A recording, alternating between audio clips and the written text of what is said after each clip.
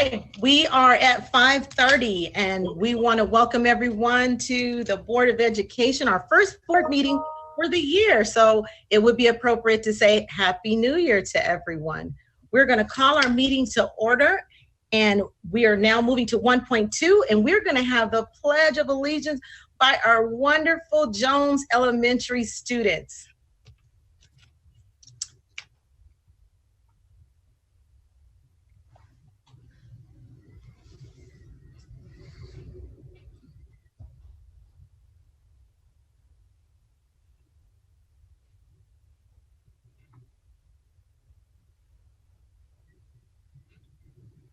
Are they on?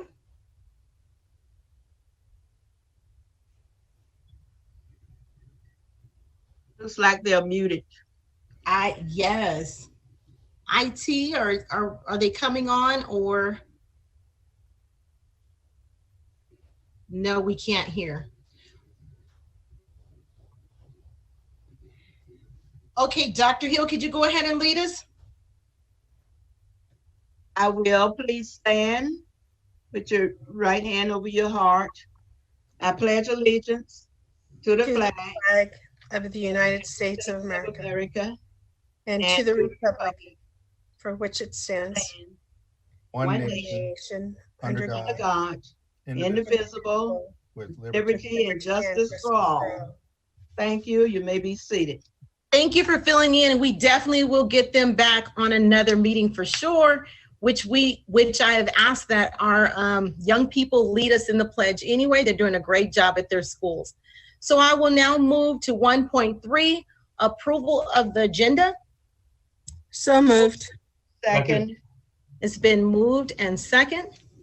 Is there, Dr. Volkemer, did you have something that you were pulling, or no? Karen mentioned, okay, no problem. Then if not, we will go ahead and take the vote. Dr. Flores.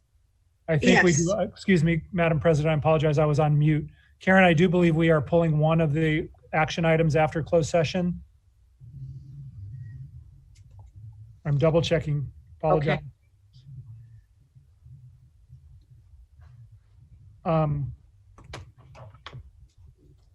We're going to pull 4.5. Okay, thank you. All right, pulling 4.5. Dr. Flores? Aye.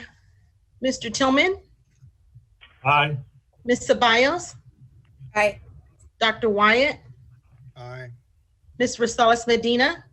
Aye. Dr. Hill? Aye. And Gwen Rogers, aye. Motion carried. Thank you. Moving on to our inspiration of the night, 1.4 will be given by Mr. Danny Tillman. Thank you very much. I'd like to start by giving condolences to the Daniels family. Mr. William Danny Daniels passed away recently from complications associated with COVID-19. He was a grandfather and a father and a friend of many in our community. He was the grandfather of Jaden Daniels, who is playing football in Arizona and had his number retired at Cajon High School. But he mentored many young men and women in our community, and I just wanted to make sure that I recognize him. He was a long-time county employee, and I met him when I was a student intern at the gas pumps, actually 40 years ago. Wow. And he got the terrible disease and passed away. I had just saw him 2 or 3 weeks ago at the stop sign, and was going to blow the horn. I said, "Nah, I'll see him later." And just one of the things you just regret. But he was just a beautiful person and helped many, many people. So I wanted to recognize him tonight and ask that you keep his family in prayers. And then, they have a headline. I have a headline here that says UK to close all London primary schools as coronavirus cases surge. And it's associated with the B11 mutant variant of the virus. And I say that because for a long time, people were reaching out to me saying, well, look what they're doing in Europe, and their schools are open, and all of a sudden they switched overnight, and they have many, many young people going to the hospital and contracting the virus. So it's an unknown time that we're in right now. And they say that that 117 variant is here in our area. But I'd like to report that no students in the San Bernardino City Unified School District have contracted the deadly COVID-19 virus at any of our schools. And that's because we made the decision to keep our schools closed. And I think that that was the right decision for this board to do. It was a tough decision. I know it's not the best environment for education, but it's definitely the safest environment that we're in right now. And when you look at the numbers in terms of the ICU beds available and ventilators and the surge of the virus right now, things are not getting better. The only good thing right now is the fact that the vaccine is here and people are able to get the vaccine. And as soon as I'm told by my job that I can get the vaccine, I will be the first to tell everybody that I'm getting it. And I hope to encourage people to get it. There are a lot of people close to me who have chosen not to get the vaccine. But we have to remember that there's nothing magical about the vaccine being there if you do not get vaccinated. So I hope that our district is working towards making plans to get our staff vaccinated, those who want to, because that will be the time when we get enough employees vaccinated that we truly can open up schools and go back to business as usual and give our students what they deserve, and that's an in-person education. I've always said that when in politics, when you see things that don't make sense, it's because there's something political involved. And I truly believe that the switching the governor now talking about finding some way to go back and open schools in February makes no sense at all. We're in purple, the numbers are off the scale. It's the worst they've ever been. Any given day, you'll have 10, 20 deaths. So I don't know how they plan on doing it, but I hope this board will continue to be vigilant and make sure that we don't bring our students into an environment until we truly believe that it's safe to be in that environment. And I think in the end, the goal should be to bring everyone back once we get vaccinated. And that is only a few months away. I know that probably doesn't sound very inspirational, but it's inspirational to me to know that there's a solution nearby and that we've done the right thing to this point. And that is my comments for tonight. Thank you very much. Thank you, Mr. Tillman, for that. Dr. Ford, did you have something in board? I know we have a pretty nice presentation coming up and we're gonna start the year off well. So my intentions is to stay on track. Dr. I will, it's just real brief. Thank you. Thank you, Mr. Tillman. I think your words are profound. And I feel that this board did the right thing. We were the first ones. And also the seven largest urban school districts also concur with us. And we need to stay safe. I'm up north in my little town of Madera, where I was born and raised. They are not accepting any ambulances or any new patients because they are full. So that's how bad the COVID virus is. And I know that in San Bernardino, it's surging and surging, and it's better for us to just stay safe and prevent any more deaths or any more, infection in our community. Thank you, Mr. Tillman. I always appreciate your candidness. Thank you. Thank you. And Mr. Tillman, you're on my screen again, and we're going to move to 2.1, and I would like you to read the resolution in recognition of Martin Luther King Jr., if you can. My pleasure. Whereas the Reverend Martin Luther King Jr. was born January 15, 1929, and dedicated his life to the pursuit of equality for all. And Dr. King delivered the most famous of his speeches, quote unquote, "I Have a Dream," on August 28, 1963. And whereas Dr. Martin Luther King Jr. was the leading civil rights advocate of his time, spearheading the civil rights movement in the United States during the 1950s and 1960s, and earned worldwide recognition as an eloquent and articulate spokesperson for equality and nonviolence. And whereas Dr. Martin Luther King Jr. paid the ultimate sacrifice when he was assassinated on April the 4th, 1968, And to remember the life, work, and dream of Dr. King, a national holiday was first observed on January 20th, 1986. And whereas on the national holiday honoring Dr. King and throughout the year, you must remember this message and recommit to his goal of a free and just nation. Therefore, be it resolved that the Board of Education of the San Bernardino City Unified School District observes and celebrates the national holiday honoring Reverend Dr. Martin Luther King Jr. while honoring his example of nonviolence, courage, compassion, dignity, and public service, and hereby encourages all the schools of the district to express their heartfelt appreciation for Dr. Martin Luther King Jr. and to honor his legacy as a man of determination and dignity. So moved. Second. It's been moved in second. If there's no discussion, Dr. Flores? Aye. Mr. Tillman? Aye. Ms. Ceballos? Aye. Dr. Wyatt? Aye. Ms. Rosales Medina? Aye. Dr. Hill? Aye. Gwen Rogers? Aye. Motion carried. Thank you. 2.2, resolution in recognition of African American History Month. And Dr. Flores, would you read that for us, please? Just one moment. Can you hear me? Yes. Okay. The San Bernardino City Unified District joins other organizations in towns and cities in our state and nation in observing and recognizing the achievements of our citizens of African descent. Whereas Americans of African descent contributed to the development of our nation in countless ways and participated in every effort to secure, protect, and maintain the essence of and substance of American democracy.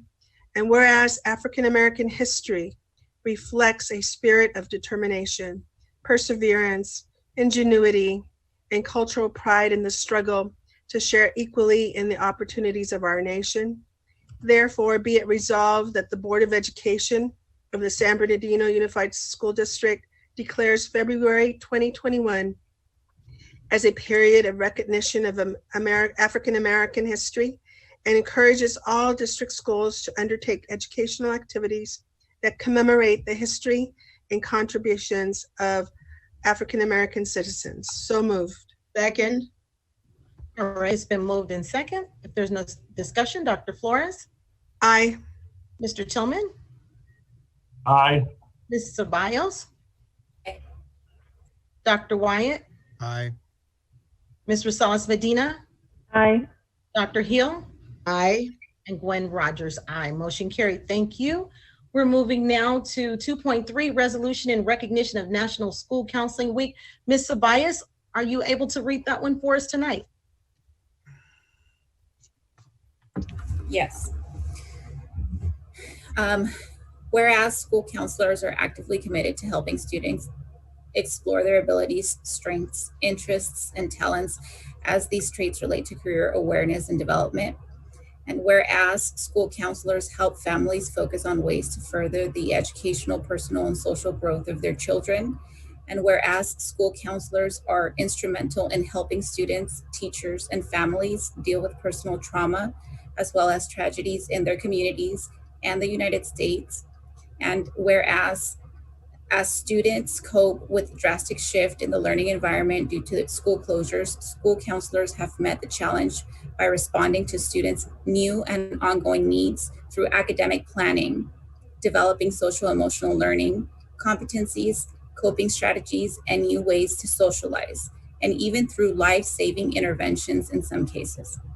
Therefore, be it resolved that the Board of Education of the San Bernardino City Unified School District joins California and the nation in recognizing February 1st to the 5th, 2021 as National School Counseling Week and encourages all of our schools to promote awareness of the role school counselors play in preparing students for fulfilling lives as contributing members of society. So moved. Second. Second. Been moved and properly second. If there is no additional comments, Dr. Flores? Aye. Mr. Tillman? Aye. Ms. Ceballos? Aye. Dr. Wyatt? Aye. Ms. Rosales Medina? Aye. Dr. Hill? Aye. Gwen Rogers, aye. Motion carried. Thank you. We're now moving to 2.4, resolution in recognition of Ronald Reagan Day. And Dr. Wyatt, can you read that for us, please? Yes, Madam President, thank you. All righty. Resolution in recognition of Ronald Reagan Day. February 6th of each year has officially been designated as Ronald Reagan Day in California. On February 6th, the San Marino City Unified School District joins other organizations across California in recognizing the achievements of our 33rd governor and our nation's 40th president. Whereas Ronald Wilson Reagan was born on February 6, 1911, and served as California governor from 1967 to 1975. And whereas known for his small town values of hard work, tolerance, and the importance of education, Ronald Reagan was sworn in as the nation's 40th president on January 20th, 1981, and continued to serve until 1989, a period where our nation experienced unprecedented economic growth and prosperity. Therefore, be it resolved that the Board of Education of the San Marino City Unified School District encourages all district schools to undertake educational activities on February 6, 2021, to honor the life and accomplishments of Ronald Reagan. So moved. Second. It's been moved in second. If there's no further discussion, Dr. Flores? Aye. Mr. Tillman? Aye. Ms. Ceballos? Aye. Dr. Wyatt? Aye. Ms. Rosales Medina? Aye. Dr. Hill? Aye. Gwen Rogers, aye. Motion carried. Thank you so much. And moving to 2.5, resolution in remembrance of former board member Dr. John Henry Woods Jr. And if you all don't mind, I'd like to read the resolution. When I was first elected to the Board of Education, Dr. Woods was actually scheduled to swear me in, and he fell under the weather. And so for those of you that know, his son, Reginald Woods, he ended up swearing me in. And we definitely are going to miss this wonderful man. And I definitely would like to honor him by reading this resolution. Whereas Dr. John Henry Woods Jr. made history as the first African-American trustee elected to serve on the San Bernardino City Unified School District Board of Education, serving on the governing body from the late 1960s until the early 1970s. And whereas in addition to serving as the Board of Education member, Dr. John Henry Woods Jr. served his community in many capacities and was pastor of Praise Christian Center in Montclair, among other congregations. And whereas Dr. John Henry Woods Jr. was born to John Woods Sr. and Beatrice Moore Woods on December 23rd, 1936 in Nashville, Tennessee, and attended Tennessee State University as a civil engineering student, and also starred in basketball with professional teams courting him. And whereas Dr. John Henry Woods Jr. passed away on January 8th, 2021, and is survived by his children, Reginald Woods, Dexter Woods, Regina Prater Woods, and Dominique Woods, and was preceded by his wife of 60 years, Willa Marie Woods. Therefore, be it resolved that the Board of Education of the San Bernardino City Unified School District honors the life and legacy of Dr. John Henry Woods Jr. and sends his deepest condolences to his family and all those who knew him. So moved. Second. Thank you. It's been moved and properly second. Dr. Flores. Aye. Mr. Tillman. Just want to note that he was a minister at New Hope Missionary Baptist Church. And as a kid, I remember him saying, "Would a man rob God?"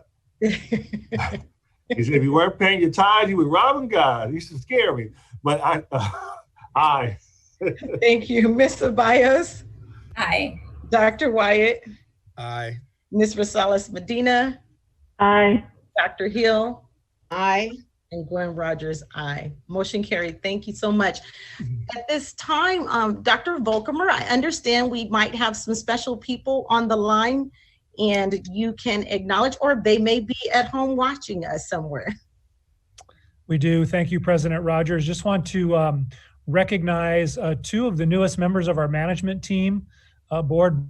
Both have been longstanding members of our team in general for a number of years. And we have two new administrative assistants, Kathy Delatorre, is the new administrative assistant in the Educational Services Division.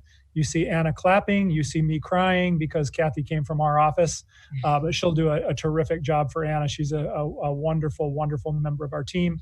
And then Cecilia Craig, administrative assistant, student services. She'll be working with Dr. Rodriguez, both again, longtime employees and wonderful members of our district going through our onboarding program. And I just want to say welcome to them this evening. Congratulations to you all. We look forward to seeing you soon. All right, we are now moving to 3.1. Is there any closed session comments, Ms. Cunningham? No, there is not. All right, we'll move to 3.2 and we will adjourn to closed session. So board members, let's log out and log back into our closed session. And to our viewing audience, we will see you shortly.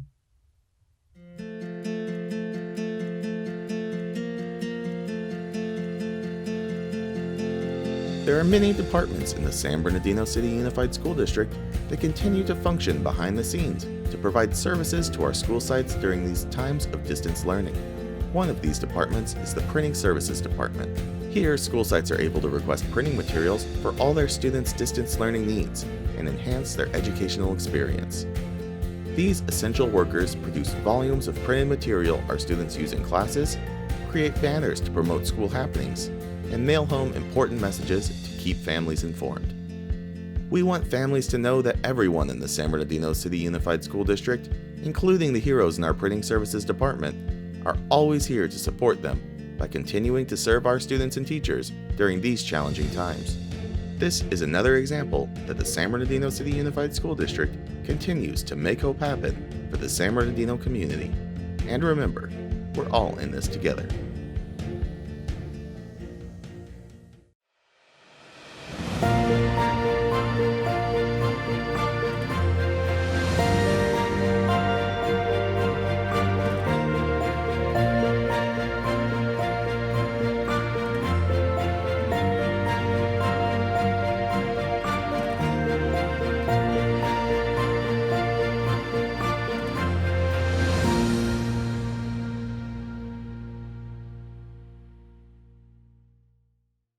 Thank you all. We are now back from our closed session and we are at 4.1, High School Vice Principal, Human Resources. And I'm going to read, be it resolved that the Board of Education approve the appointment of the following employee. Vincent Warsaw, High School Vice Principal, San Gorgonio, effective date, working year, and salary to be determined. So moved. Is there a second? Second. Okay, it's been moved and second. If there's no further discussion, we will vote. Dr. Flores? Aye. Mr. Tillman? Aye. Ms. Ceballos? Aye. Dr. Wyatt? Aye. Ms. Rosales Medina? Aye. Dr. Hill? Aye. Gwen Rogers, aye. Motion carried. 4.2, HR Certificate 19-20-06, Human Resources. Be it resolved that the Board of Education accepts the resignation agreement and general release pertaining to the following certificated employee and his or her employment with the district. HR Certificate 19-20-06. So moved. Second. Been moved in second. If there's no discussion further, Dr. Flores? Aye. Mr. Tillman? Aye. Ms. Ceballos? Aye. Dr. Wyatt? Aye. Ms. Rosales Medina? Aye. Dr. Hill? Aye. Gwen Rogers, aye. Motion carried. Thank you.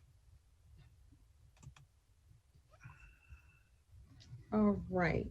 Moving to 4.3, HR Classified 20-21-08, ER Human Resources. Be it resolved that the Board of Education accepts the notice of recommendation for disciplinary action and statement of charge to dismiss the following classified employee from his or her employment with the district, HR Class 20-21-08-ER.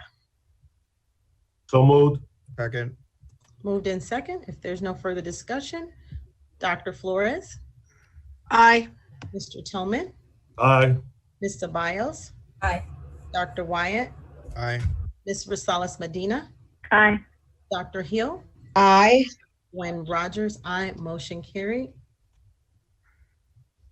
Moving on to 4.4, classified 20-21-09 Be it resolved that the Board of Education accepts the notice of recommendation for disciplinary action and statement of charges to suspend without pay for 3 days the following classified employee from his or her employment with the district, HR class 20-21-09-ER. So moved. Second. It's been moved in second. If there is no further discussion, Dr. Flores, Aye. Mr. Tillman, Aye. Ms. Ceballos, Aye. Dr. Wyatt, Aye. Ms. Rosales Medina, Aye. Dr. Hill, Aye. Gwen Rogers, aye. Motion carried. 4.5, HR class 20-21-10-ER. That item was pulled, Madam Oh, President. I'm sorry. That's why there's nothing there. Okay, thank you. We will now move to 5.1. Open up my screen again.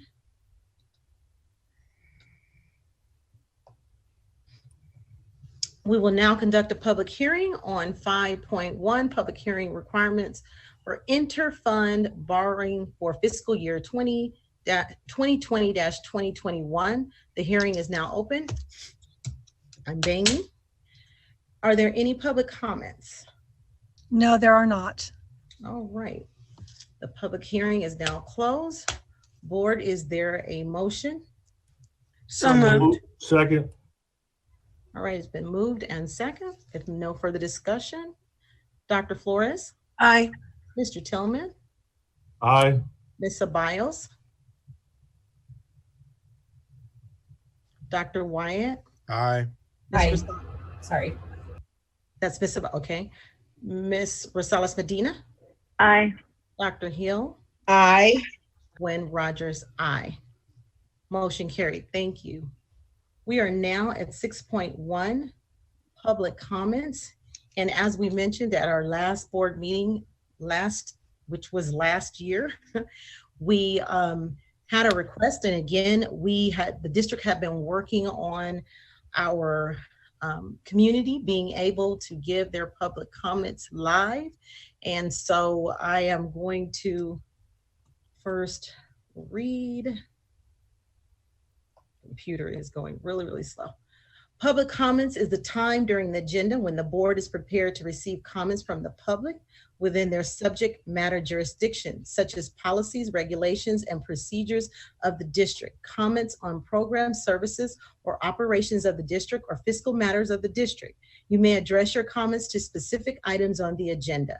However, this is the only time the public will have an opportunity to address the board on items not on the agenda. Pursuant to the provision of the Governor's Executive Order N29-20, dated March 17, 2020, certain requirements of the Ralph M. Brown Act are suspended. If you would like to make a live comment at district board meetings, a registration form is required. Forms are found on the district's website and Facebook. This registration form is available for 24 hours prior to all scheduled Board of Education meetings and will close at 4:30 p.m. on the day of the meeting. Public comments are still limited to 5 minutes per person. A timer will be visible on the screen during your comments. Participants are reminded that any inappropriate language or image will forfeit their registration and they will immediately be removed from the meeting. Speakers are cautioned that under California law, no person is immune from liability for making intentionally false or defamatory comments regarding any person simply because these comments are made at a public meeting. And I believe communications will be taking it from here. I'll start out with the names, President Rogers. We have 4 comments tonight, I believe. Our first one is from Valerie Leonardi. If you could please unmute now.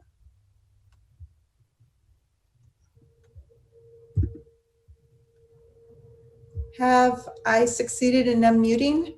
Yes, you have. Oh, good. Welcome. Zoom is new for me. I know Google Meet. First of all, I'd like to say thank you so very much for putting student safety and student health as a priority for our school district. And I'm proud that our district was one of the first districts to make a decision that student health was most important. My second thing I would like to do is read a letter with excerpts from Dr. Anthony Leonardi.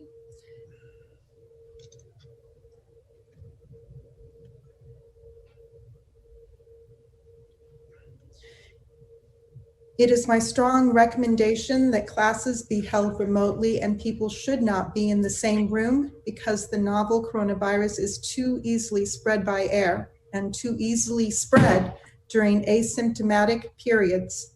With the new mutation data that has been shared with the world, more precaution is warranted. This is because 1, it appears more contagious, and 2, it is suggested to infect children more easily. Studies have shown the new variant is preferentially infecting primary school children and teenagers with 10 to 100 times the amount of virus before. The new strain makes up the majority of infections in people below the age of 20.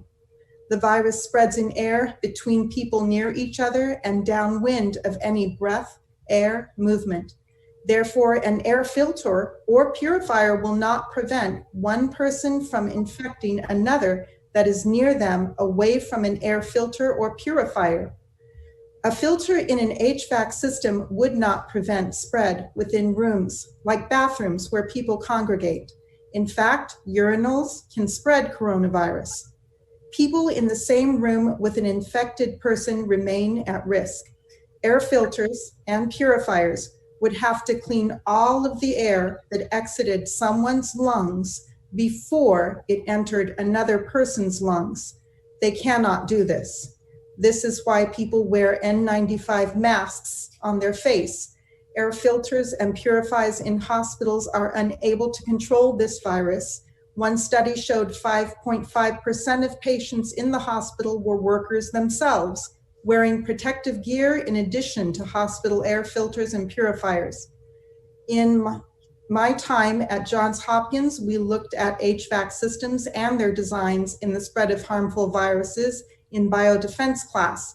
And I can tell you it is not safe to be in a room, let alone a building with an infected person where they have been. The new D614G mutation on the virus makes it even more infectious. So I cannot stress enough that any type of indoor presence would increase cases.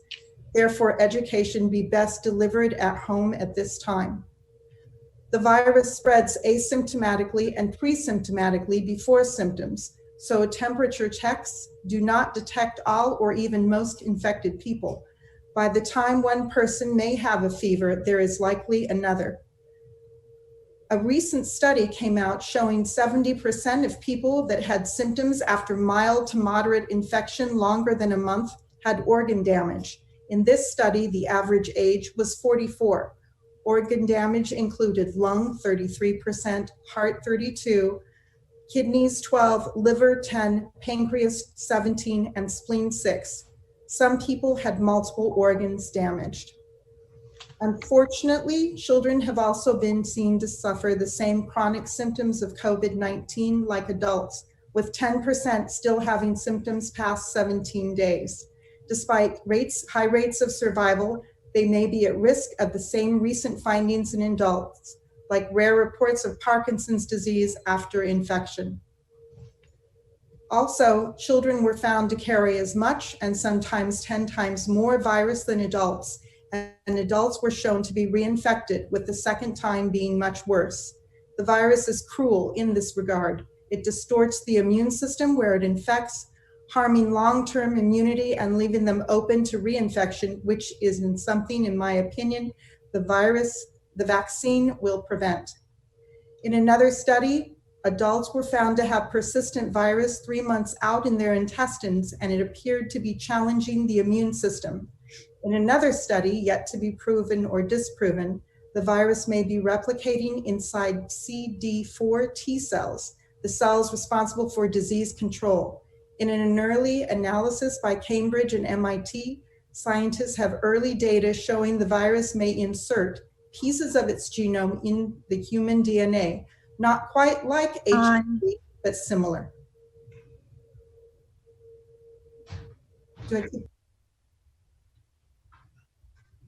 Thank you. Our next speaker is Anthony Leonardi. If you're available, please unmute. Hello, thank you. Good afternoon. I'm just going to briefly read a letter that you should have a copy of the charts that are in the letter. So hopefully you do, and you'll be able to see what I refer to. Okay, so the goal of opening is, it's ambitious and it's commendable, and it's great that Governor Newsom is offering funds to do so, but unfortunately, I don't think it'll be possible or safe because of especially because of the new variant, the B117 strain. So to safely open, really, community spread outside of classrooms needs to be halted with either safety measures, vaccines, or both.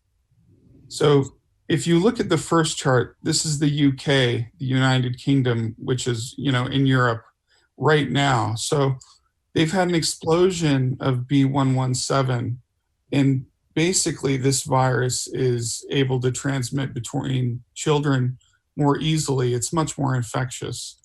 It has a few mutations also that make it so that people who were infected with the first strain earlier can now be reinfected as well.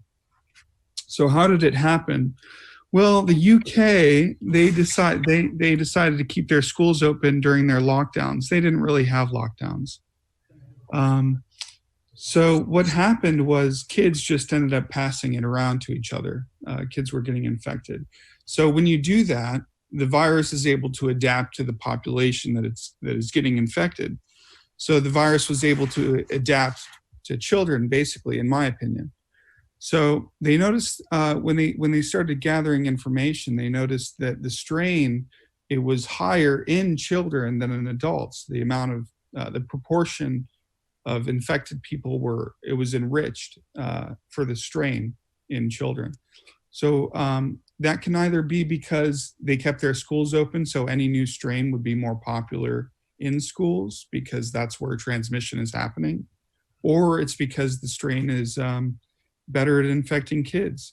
So in either of those two possibilities, keeping schools open was a mistake, either because it's infecting kids more, or because it's easier because the schools are open, or because it's easier to transmit between kids. So the virus isn't benign for kids. We don't know the long-term effects, but this virus has what's called a superantigen, okay? So what that does is it stimulates the immune system very broadly, and it creates what you may have heard as a cytokine storm. So cytokine storms also happen in Ebola virus. So the viruses with superantigens are these, okay? This is it. It's a short list of human viruses with superantigens, okay? SARS-CoV-2 is one, rabies is the other, Epstein-Barr is the third, human endogenous retrovirus, and HIV, and Ebola virus, and that's it. It's a short list. This superantigen is likely causing the syndrome in kids, that MIS-C, the multi-system inflammatory syndrome in children. I think based on all of this, and because of new information showing that children are having organ damage, especially blood vessel damage, even when they were asymptomatic, I think kids will need vaccination. I say this as an immunologist.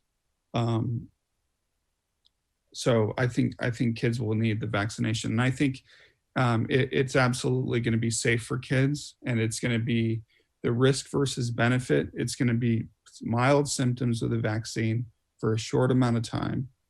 And the benefit is not having this invisible organ damage. That's it. And if you guys have any questions, you can email me or call. Thank you. Mr. Nardi. We do have one question from board member Dr. Flores. Yes. Hello, Dr. Leonardi. Thank you for commenting. I really appreciate your expertise.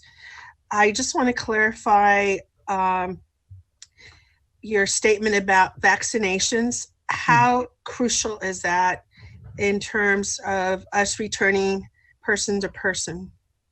So for adults, everybody absolutely needs to be vaccinated without a question, I think, okay? Because the illness that it's going to create is not just the acute illness, it's causing people to have autoimmunity and other issues down the line.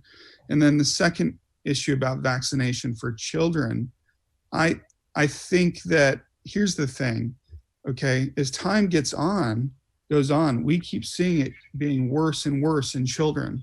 It's not getting better. And we used to say, okay, well, kids don't die as adults do. But when you're giving kids long-term organ damage and vascular damage and what could be brain damage, and now we're seeing evidence of the brain damage and of the blood vessel damage, I think this is not as benign in kids as we thought. And based on this, this is way worse than some of the diseases we vaccinated against in children.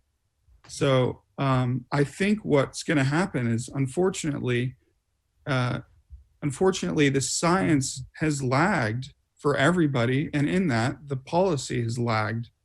So what's going to happen is so my background is in immunology. In fact, I worked on T cells and I did some big things in T cell immunology. And as someone who looks at what the future is, what's going to happen and what is happening, I'm almost 100% sure kids are going to start being vaccinated for this to protect them from the long-term effects of the virus and from reinfection, because that's also going to be a possibility, not a possibility, an inevitability. Reinfections are going to happen. So the only way to get back to normal is if children are vaccinated too. Thank you very much, Dr. Leonardi. And Dr. Leonardi, there is one other question, clarifying question for Mr. Tillman. Dr. Leonardi, you're from San Bernardino? That's right, Dr. Tillman. Yeah, I remember you. Yeah, I'm from Arroyo Valley. Oh, great. Yeah. So what schools did you attend in San Bernardino? So first I went to, there was a little school up by Cal State. Not Ramon Alessandro, that's where I went afterwards, but Miss Tardy was my teacher for second grade. I can't remember the name of the school.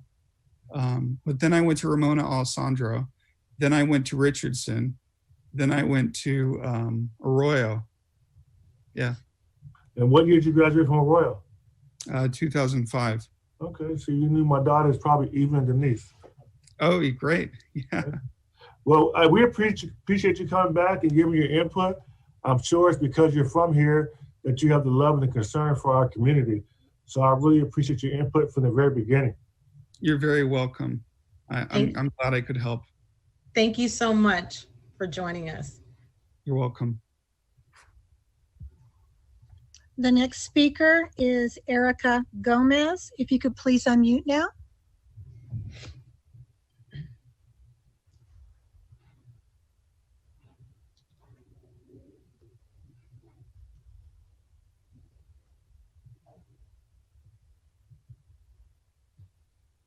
Erica, are you there?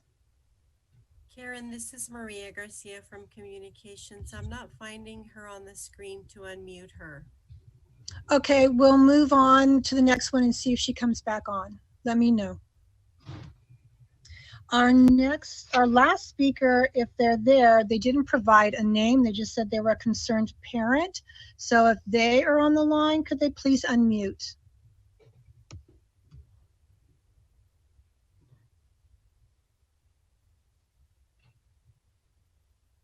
Doesn't sound like they are. I'll try one more time for Erica Gomez, if you're available.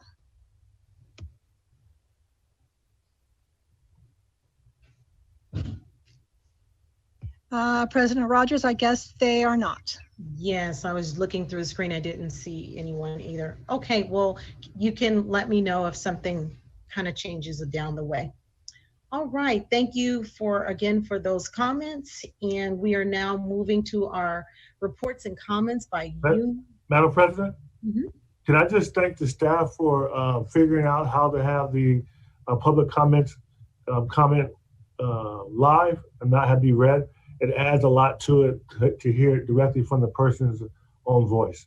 So thank you to the staff for working diligently to find a technical solution. Great job.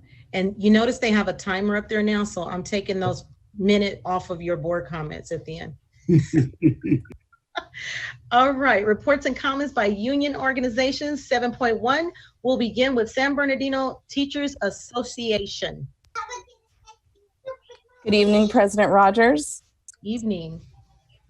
Members of the board, Cabinet, Superintendent Volkemer. I'm Ashley Vitas-Alcala, President of the San Bernardino Teachers Association.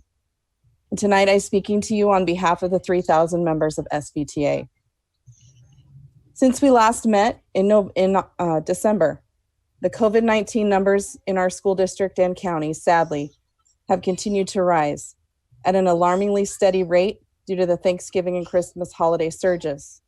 Current SBC USD case rates are now at 155 cases per 100,000. Just for perspective, in December when we met, that number was 60 cases per 100,000. We are still under a stay-at-home order due to the ICU capacity for Southern California now at 0%. And we know that our emergency medical teams are not going to be transporting patients to the hospital as they normally would for regular routine issues that folks may be having. Also alarming, the last time the board met, our case numbers for children ages 5 to 19 was at 2,399. Now that number has increased to 4,303, an increase of over 2,000 positive COVID cases in our students within our district in 1 month. As Mr. Tillman mentioned earlier, several weeks ago, the governor released California's Safe Schools for All plan about how to return to in-person learning. And tonight, the district will be presenting some details of this plan to the board. Interestingly, included in this plan are incentive grants for school districts to reopen for in-person learning, provided that your 7-day average case rate is no more than 25 per 100,000. We are currently at 155 cases per 100,000 for our district. This plan also requires all labor negotiations to be completed by February 1st for in-person learning models, as well as mandating strict safety protocols, frequent COVID testing for all staff and students, depending on your case rates and your tier for your county. And not only that, it has yet to be approved by the legislature or have any actual monies allocated to it. These numbers, again, reaffirm that the safest way for us to deliver instruction remains keeping all students and staff in distance learning, as this board voted to do for the remainder of the 2020-2021 school year. For the state to come out and incentivize returning to learn when the numbers are off the charts at a higher level than we have seen since the pandemic began a year ago this week, now is not the time to change course, especially since we are just now seeing the rollout of our COVID vaccines for education employees. Many employees in our unit who reside in Riverside County, myself included, are able to access these vaccines, and we expect that San Bernardino County will move to access for Tier 1B, which our group is a part of soon. Our community is suffering greatly right now. And as you heard from Dr. Leonardi, new variants of this virus are being discovered. They are much more contagious and can spread with ease amongst children. And as a result, schools in the UK and Europe have shuttered their schools again for in-person learning. We must continue as a community to be vigilant and to do our part to flatten the curve. That means staying in distance learning, wearing our masks, socially distancing, and washing our hands. And we need to get vaccinated, and when the opportunity arises for us. And once all of those pieces are put together, and we see the numbers start to decline and our immunity rises because people are getting vaccinated and have access to vaccines, only then can we start to discuss a return to in-person learning. Thank you for your time. Thank you, Mrs. Bettis Alcala. And we are now moving to 7.2, California School Employees Association. Hello, Ben. Hello. Good evening, President Rogers, members of the board, Superintendent Volkmer. My name is Ben Salgado. I'm currently the second Vice President of California School Employee Association. I am here on behalf of CSEA, 2,000 members strong and growing. On behalf of CSEA, we would like to offer our deepest condolences and prayers to anyone that has lost a loved one or anyone that is sick from this pandemic. And to David Wallace, who would truly be missed. I remember I had the opportunity of being principal of the day, and he would always come to me when I was doing grounds and say, hey, your school's ready for you.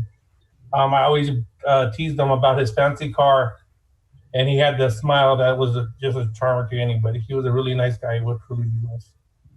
I would like to take this moment to thank Danny Tillman and the board for not bending under pressure and making the right decision and keeping our school closed for the rest of the year for our student and staff safety. Also to Sam Creasy, facility manager, who took a quick and immediate action when he seen the COVID cases on the rise. With working with CSEA, I feel his quick decision saved lives by putting the workers' safety first. For that, we thankful for. It is a new day for CSEA. We are stronger than ever. It is an honor to say, for the first time in 33 years, that we have a female president. Only Jimenez is dedicated and fighting for what's right for our classified employees, and she has a whole new team that is stronger than ever, than the district had ever seen. We look forward to working with the district and doing what is right for our workers. To our classified brothers and sisters, rest assured that your new stronger union will not flex or bend when it comes to fighting for what's right. When it comes to your safety and wages, you are not alone in the scary times. We will not run from COVID. We will not hide from COVID. We will stand strong and we will stand firm. We will prevail. You have my word that better days lie ahead. The sounds of kids on the playground will soon come back. Traffic jams in front of the schools. The sounds of football games will soon fill the silent nights. The lights will overtake the now dark nights. We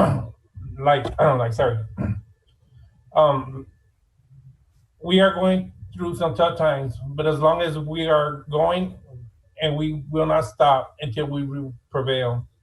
One last thing to remember, tomorrow is never promised to no one, so let's love one another and today, and we will get through this together. Thank you and good night, and God bless. Thank you. We are now at 7.3, Communication Workers of America. Is there a representative? No representative. If not, I will go to 7.4, San Bernardino School Police Officers Association. Is there a representative? All right. Okay, we are now at our presentation. 8.1, Governor's January Update, Budget Proposal 2021-22. Hello, Madam President, I'm sorry for interrupting, but I had a comment. Okay. I just wanted to thank SBTA and CSEA leadership for their comments and their very caring ways of protecting their members and so forth. And also appreciate very much what you said at the end, that we have to love each other and care for each other in these hard times. And just appreciate you both very, very much. The board does. Thank you. Thank you so much for that, Dr. Flores. Okay, Dr. Volkmer, you can cue up your team. Great. Thank you. Thank you, President Rogers.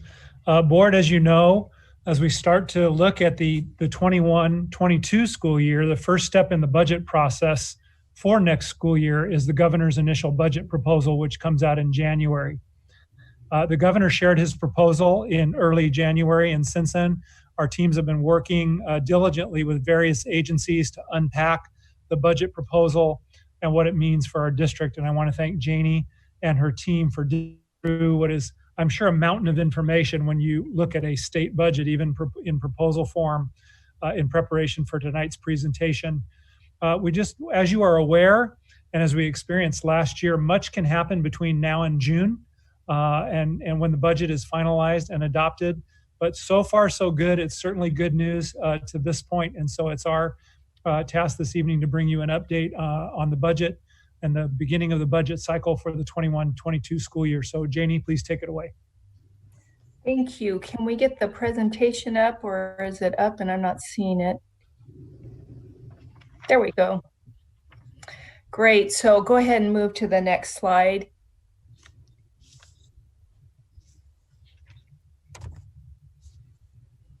So Dr. Volkemer talked about, let's go back one, that it is a process. There's a lot of negotiations. Could we go back one slide? That take place from the time the governor proposes the budget. It goes to the legislature. There's a number of negotiations that occur. We'll wait till we get back to the slide. And then back one slide, please.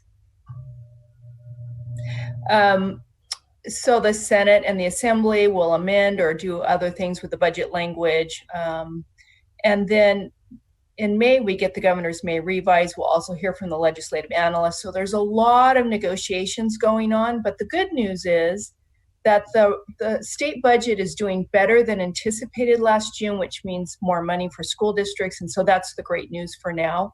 And if you'll remember from the first interim report, they called it a windfall. So they show the out year starting to have structural issues, but a windfall because this year's budget turned out much better than they anticipated in June. Next slide.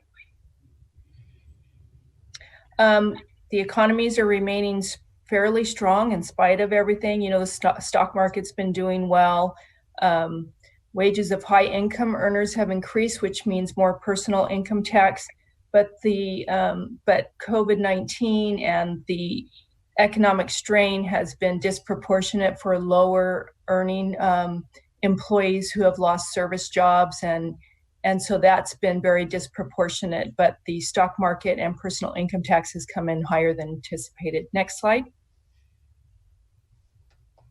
So Prop 98, which is the funding that's for K-14.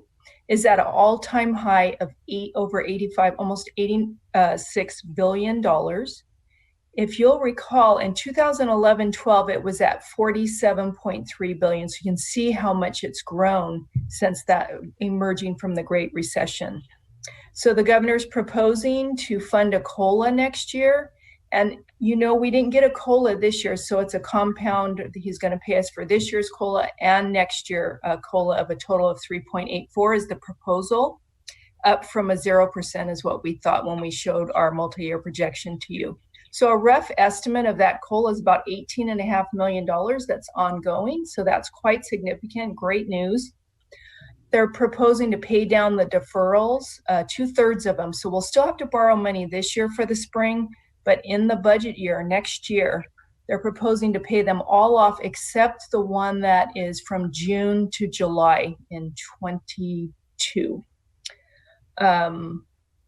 And then keeping the lower rates in the budget year for PERS and STIRS. Next slide.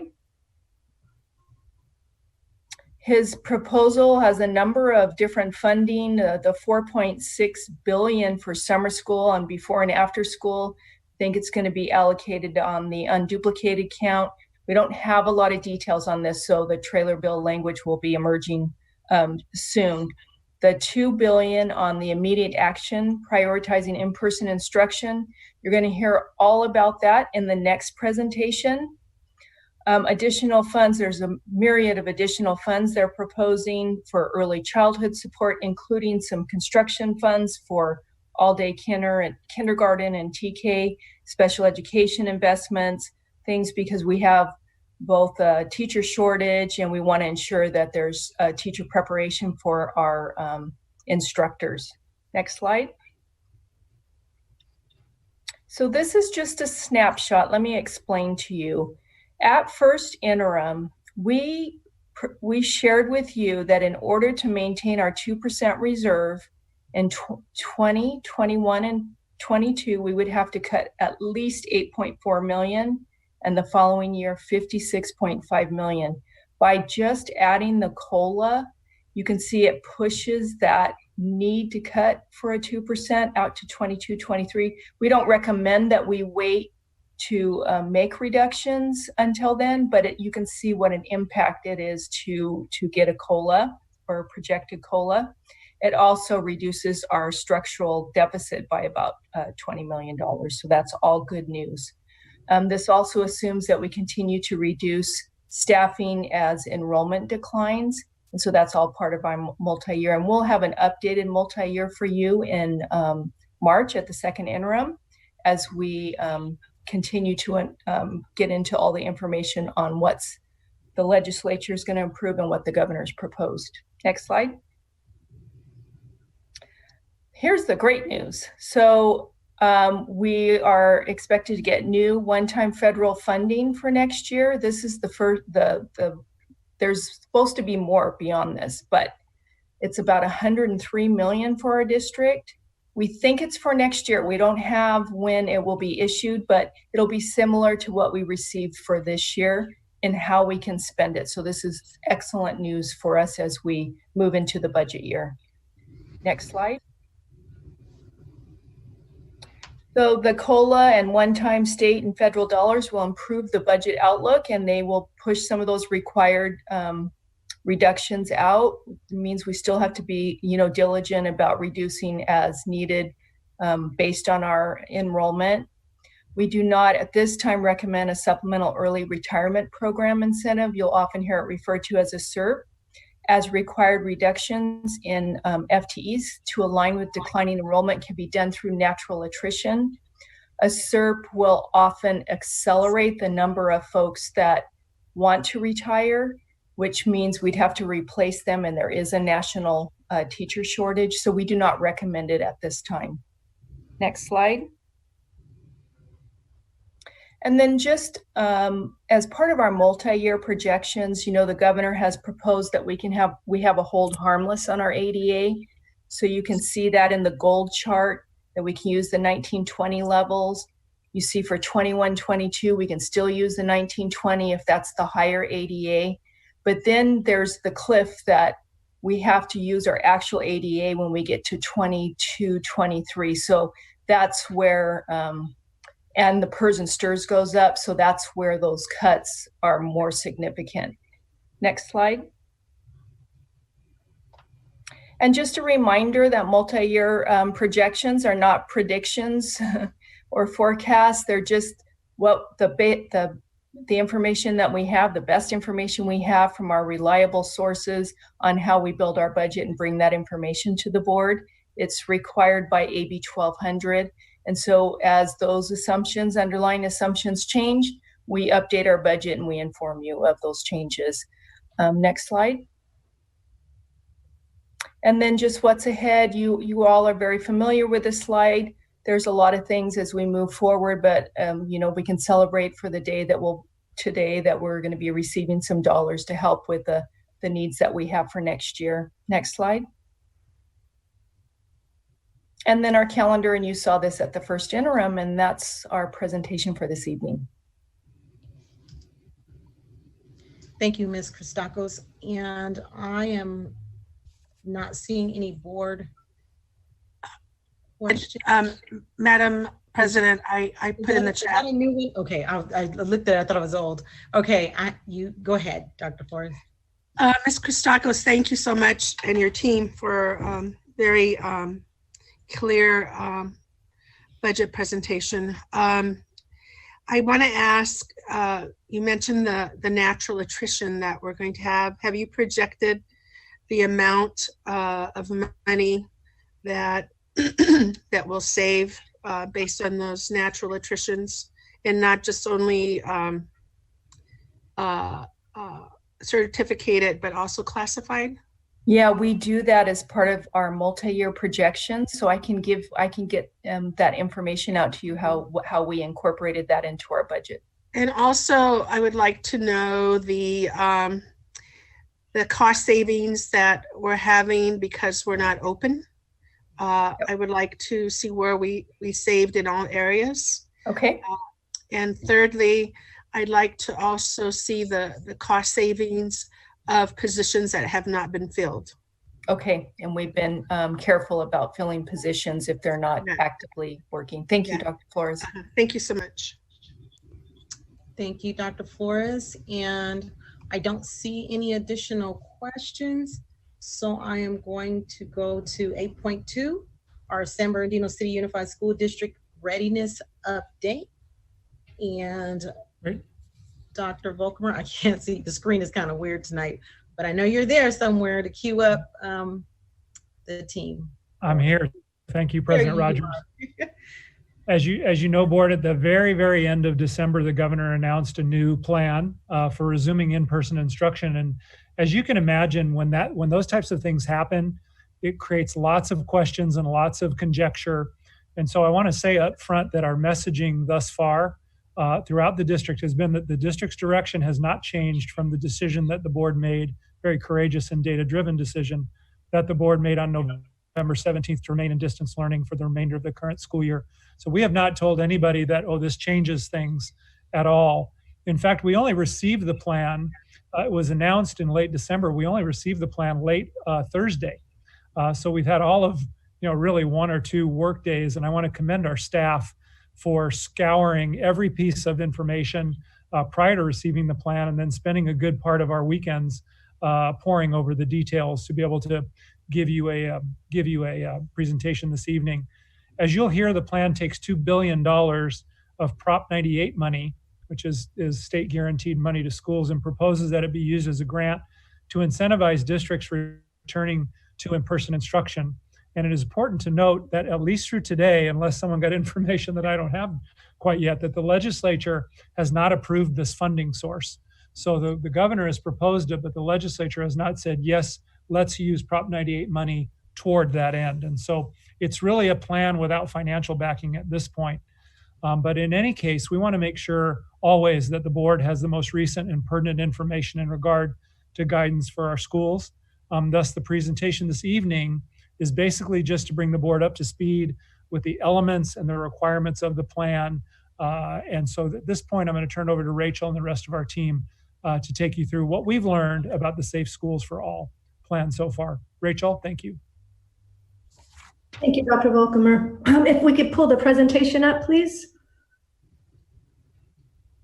There we go. All right. Well, thank you, Board President Rogers, Vice President Wyatt, Board, Dr. Volkmer, Cabinet, and Community. I do want to wish everybody a Happy New Year. This is my first opportunity to do that, even though we're almost 3 weeks into the year. Tonight, as Dr. Volkmer said, you're going to be provided updates on the latest guidance that was released from the state. It's entitled California's Safe Schools for All. You heard our SBTA president speak to it. And so we're going to give you a bit more detail of what we understand about it at this time. It is a grant program, and the governor did release it in collaboration with the Department of Public Health. As Dr. Volkmer said, and you're going to hear me say it multiple times throughout the presentation, it is still pending legislative approval. And I too want to thank the incident management team. Those are our various directors in the district who took time this weekend to really make sense of this guidance that was just shared. So with that, next slide, please. We have 4 objectives for tonight. As always, we will review with you, Board, our COVID-19 cases to date, both by county and our local school district. Then we will share the 4 pillars of this California Safe Schools for All plan, discuss implications for our district, and then we're going to close out by highlighting distance learning in action, our SBCUSD demonstration teachers. So we're in for a treat on that. Next slide, please. So board, it's over a month ago on December 15th when you met, and at that meeting you recognized Mike Gallo for his 9 years of service to the SBCUSD governing board. And then you swore in our newly elected members, Myra Ceballos, Dr. Hill, Dr. Wyatt, and Ms. Rogers and all of you, congratulations on your successful election. You also approved a plan to increase energy efficiency, reinforcing SBCUSD's leadership in environmental responsibility and saving costs for the district and the youth that we serve. The SBCUSD first interim budget report pointed to a possible 1-year delay in the need for major budget savings, but we already have some change on that, right? At the state, based off state of California. And we were able to approve a positive certification on that day. So congratulations. And then finally, at the December 15th board meeting, you recognized the challenges of educating our youth through distance learning as it was showed in student achievement data, most specifically quarter grades, and you acknowledged the district's effort to help students succeed. So that was a very busy board meeting in December. Next slide, please. So again, board, as a reminder to you and to our community, anyone who may be new, finding out what's going on in the district, you've had 4 guiding principles for possibly reopening in-person learning for the district, and you have stayed tried and true to these principles. First and foremost, ensuring the health and physical safety of students and staff while adhering to federal, state, and county guidance. In doing that, we still want to make sure that we're providing high quality learning experiences and safe and accessible working conditions for the employees that are employed by the district. Tonight, again, there was new guidance that was released on January 14th, and so we want to make sure that you have the most up-to-date guidance from our state. Next slide, please. So board, on November 17th, so it's been 2 months now, you took a very courageous step and said we are not going to continue planning for any in-person learning experiences, what we were calling phase 3, for the remainder of this school year, unless it's deemed safe to do so. And if we do that, that would be phase 2, where we may have some small cohorts of students coming in. But as a district, we are to stay in distance learning and continue to improve the instructional quality of distance learning for our youth and our educators, supporting them to be the best that they can be, and monitoring COVID rates to see if we can offer any in-person. So we stay in that model of phase 1 distance learning. And from there, though, again, we want to make sure you have the information of what's going on at the state level. So next slide. So with that, board, we acknowledge it is your board action that would trigger any offering of in-person learning experiences.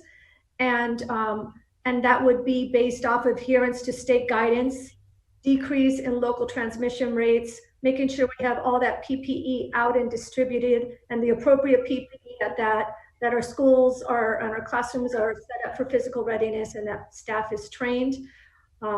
Because of the announcement from the governor, we have some change in the adherence to state guidance.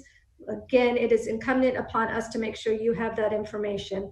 And so we will be sharing the details of what we understand about that with you tonight. Before we get to that, though, I'm going to turn it over to Mr. Vertier so he can let us know how things are going with our COVID transmission rates. Thank you, Dr. Menares. Good evening, board, and Happy New Year. Just a reminder of where we are. You'll see the widespread criteria is more than 7 cases per 100,000. So we're far away from that, and I'll show you on the next slide. And one more, please. Thank you. So board, as you see on this slide, we remain in the deep, widespread purple tier. The city of San Bernardino, as you've heard this evening, is still showing over 200 new cases a day. Within our school district boundaries, we're still seeing new cases in the 150 range. The district continues staffing mission critical functions while ensuring the majority of our workforce remains safer at home. Our county remains on a regional stay-at-home order as our ICU bed capacity is still at 0%. And as you mentioned, Dr. Flores, most of our hospitals down here also remain at surge capacity, operating with overflow tents. I've seen hallways and gift shops and cafeterias be converted into bed space. Our regional 911 ambulance plan is routing different ambulances to out-of-area hospitals because of the capacity. And that is where we're at right now as far as the COVID case numbers. I'll turn it back over to Dr. Menares for a moment. All right, Dr. Menares, I'm gonna pause right there because I think you're gonna go into the California Safe Schools presentation. Dr. Flores? Oh, good. I don't know why, but it doesn't show my name when I want to chat with you. I can see it. Yeah, I see your name. Okay, great. Board and cabinet, I would like to make a recommendation. I don't know if we can add that to the conditions of opening our schools person to person, but figuring out once we have all the vaccinations, what majority do we have to, I want us to consider, what percentage of our kids and our staff need to be vaccinated for us to open person to person. I want you to explore that. I didn't see that in terms of the conditions for opening, and we never had that possibility before. So Madam President, I'm requesting for them to investigate that. And I think what she was saying too, because as everybody was looking at what they had proposed, I don't know if that was even in there. So that's something, to add to the list of trying to dig through all of what those stipulations are. So again, yes, so make note of that, but we just, again, want to remind everyone watching, this is an update on some information that we've received and is tied to a grant, but it is not changing the direction of what we have already stated. So thank you for that. I also stand firm with what we decided. Absolutely. And as I said earlier, when Mr. Tillman gave our inspirational talk, I stand with that. And also we got backup from Dr. Leonardi, who also cautioned us to be vigilant. So thank you so much. Thank you. All right, Dr. Menares. Thank you. Next slide, please. So yes, let's get a bit into the California Safe Schools for All plan again, and you'll see this on each slide. I'll say it over and over again. You'll probably ask me to stop saying it, but this is pending legislative approval. And so as you listen, we want to keep reminding ourselves of that.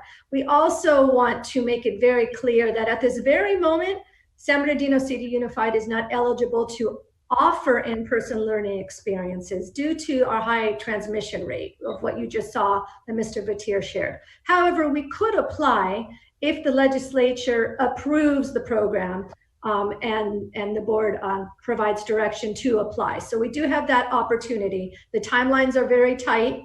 And again, things may change based off what the legislature does. So there's a lot of ifs, ands, or whats, but just want to make that as clear as possible for what we do know. Next slide, please. So the California Safe Schools for All is really built off of 4 premises, if you will, that the governor shared. First and foremost, before I get into the 4, this is a grant program. The intent is to incentivize districts to reopen for in-person instruction. That includes hybrid models of instruction.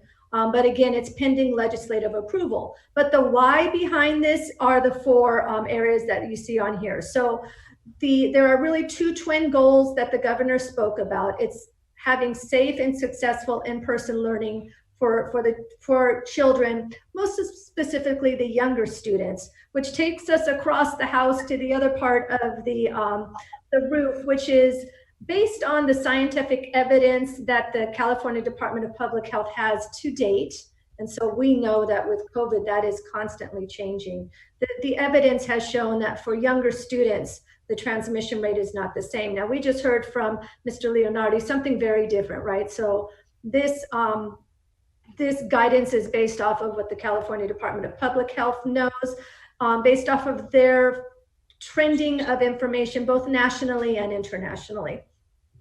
The guidance gives authority, so now I'm down on the left-hand side, to the public health to give directives and to apply this information to all districts in the state that pursue the grant. So there's pretty clear guidance on not only what would need to happen at schools, but they actually gave us a lot of information on how it would happen. That's new, we didn't have that before. And so if we were to pursue the grant, it's pretty well laid out as to how this would happen. We fortunately we're in pretty good standing because we were already doing our own research and preparation for it.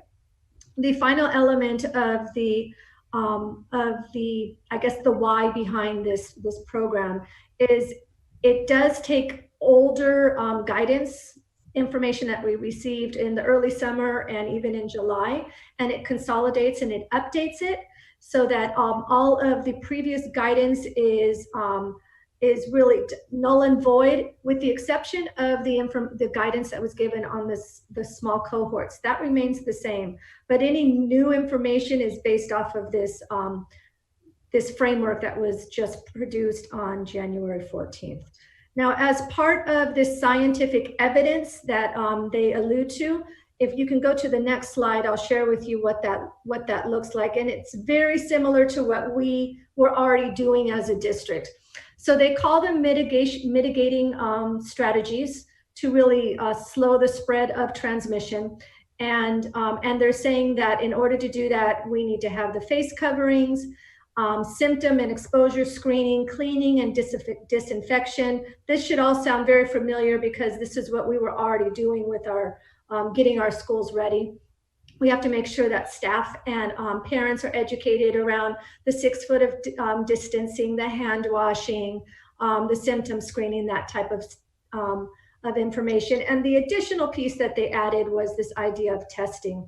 Mr. Retier will get more in detail into the testing. We do know that in order to do testing for a district, the most of the money, and we'll get again further detailed on that, that we could get from this grant would pay for the cost of the testing based off of the size of our district. So something to keep in mind, but nothing extremely new that we weren't already doing in preparation for a safe and healthy return. Next slide. So what is required of the grant? So we have to have a COVID safety plan, and that plan must conform with what the California Department of Public Health put out, as well as incorporate Cal OSHA emergency standards. Again, we'll go more detailed into this shortly in the presentation. We have to have agreement with our labor unions. You heard Ms. Vida Sakala mention that. So we have to have documentation of collective bargaining agreement or a memorandum of understanding, confirming that we've consulted regarding the COVID-19 safety plan.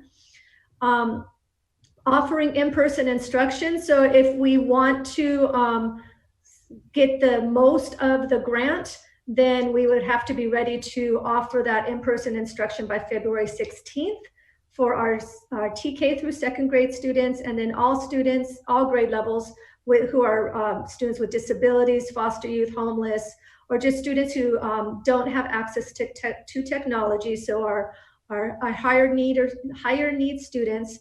And then by March 15th, we would have to expand to our grades 5 or 6. So really covering our elementary schools. The next slide, don't turn it yet, but I will explain to you what does in-person instruction mean, because we weren't quite sure what that meant, but now we are clear. In addition, a requirement is of course the testing. And so we would have to be sure that we're testing all students and staff who are participating in the in-person instruction, and that testing has to be in accordance with the California Department of Public Health guidance. And then finally, we have to verify that all students in distance learning have access to a device and the internet to participate in online learning. So this is a high-level overview of what's required in the California Safe Schools for All program. Next slide, please. So board, you, like me and many others, are probably asking, what does in-person learning mean? And so straight from the guidance, the way it reads is what is on this slide. So operations or offering in person must be for at least one grade level at the school, if the county permits that that school can actually open. And we have to offer the in-person learning to every child who is in that particular grade. So for example, if we were to say we're going to offer in-person learning experiences for our TK, our kinder, and our first grade students, then we have to make sure that we offer that for every single TK, kinder, and first grade student in our district, and let the parent decide if they want to participate or not. The parent can choose not to participate, and then the child would stay in distance learning. And we would have to offer the in-person for at least part of the school week. So we could do hybrid, and that counts. But the whole premise behind the in-person is to offer it to everybody, which is different than the small cohorts, where with the small cohorts, we're identifying students with the highest need and asking them if they'd be interested in participating. So that's the distinction about in-person learning, that we have to allow all students of that grade level to participate, and let the parent make the decision as to whether they are going to participate or not. Next slide, please. So the criteria for opening in-person experiences, first of all, you have to be located in a county that's either red, orange, or yellow tiers. So we already know that that's why we're not eligible. And those districts that are in that county or at that tier level have to have their COVID safety plan completed and posted at least 7 days prior to reopening. So posted meaning on the website so that anybody can have access to it. The K-6 schools and counties in the purple tier, so that's us, we have to have a case rate, well, if we have a case rate over 25 out of 100,000, we're not allowed to reopen. So again, that's us, but we may apply. Schools may not reopen for grades 7 through 12 if the county is in the purple tier. So our middle school and high schoolers are not eligible. And our sixth graders at our elementary are, the sixth graders at the middle school, it does not appear that they would be eligible, just our sixth graders at the elementary.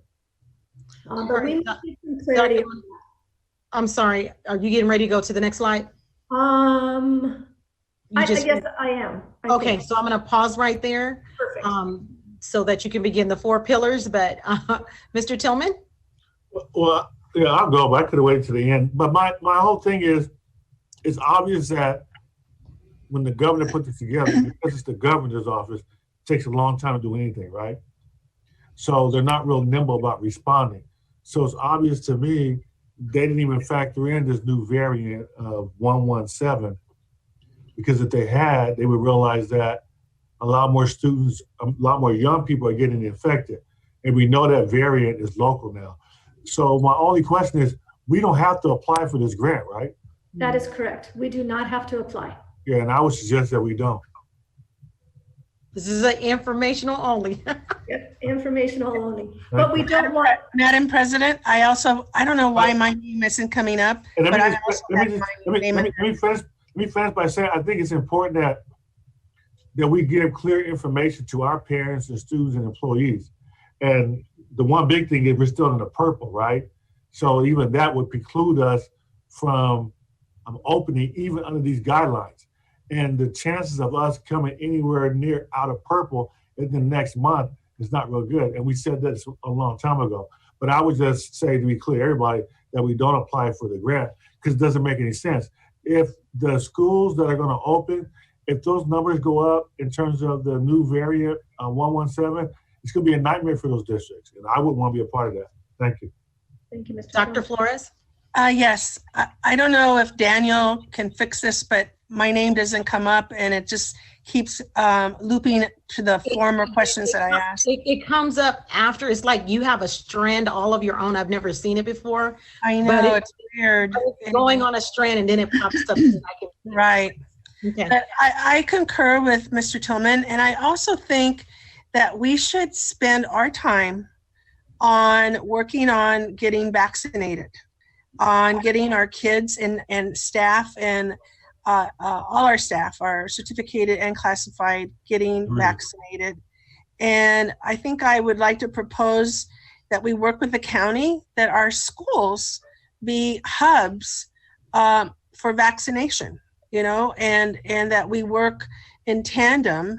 And that way we would, cover our bases, but also provide that service for our other families that, live in the vicinity of those schools. So that's what I would like you to look into, Dr. Volkemer. Okay, so again, just for clarity purposes, and I think we're all kind of looping around the same thing, the district is bringing forth a presentation. We're in no wise voting to change anything that we've already done. So as normal, they're just providing us this updated information because it is in fact out there. And so the presentation is a little bit more into the presentation, but again, this is an informational presentation just as they have done in the past to let us know, what the updates are coming from the governor. Right. I understand that. I clearly understand that. This is definitely for the,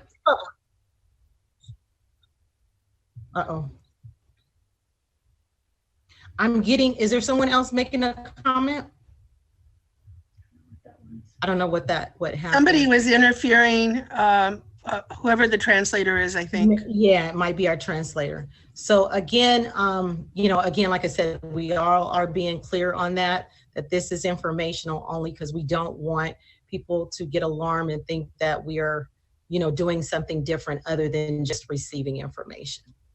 So Dr. Flores, there's another part of this board. There's another part of this information, and that's what she's going to finish up right now. Okay, thank you. Thank you so much. So the next slide, please. So now we're going to go a little bit deeper into this California Safe Schools for All. There's actually 4 pillars. The first one is funding, then the safety and mitigation, oversight and assistance, and then finally transparency and accountability. Myself and Mr. Batir will speak on those 4 pillars, and I'm going to start with funding. So next slide, please. So as you said, Mr. Tillman, this is proposed. It's a $2 billion proposed proposal to the state budget to offer this in-person learning experience.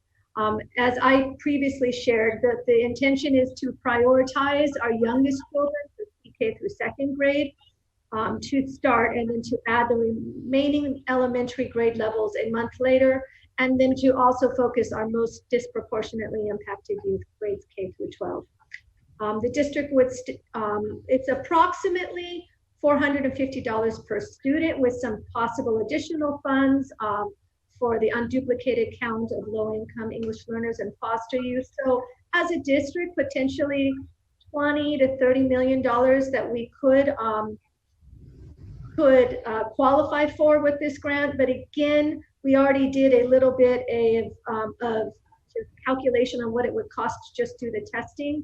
And we're looking at anywhere between 15 to 20 million to implement testing for TK through 6th grade for 3 months, the students and the staff. So keep that in mind when you see that budget number. And then finally, again, we can apply, but we're not eligible to safely offer anything until our case rates drop to 25 out of 100,000 residents.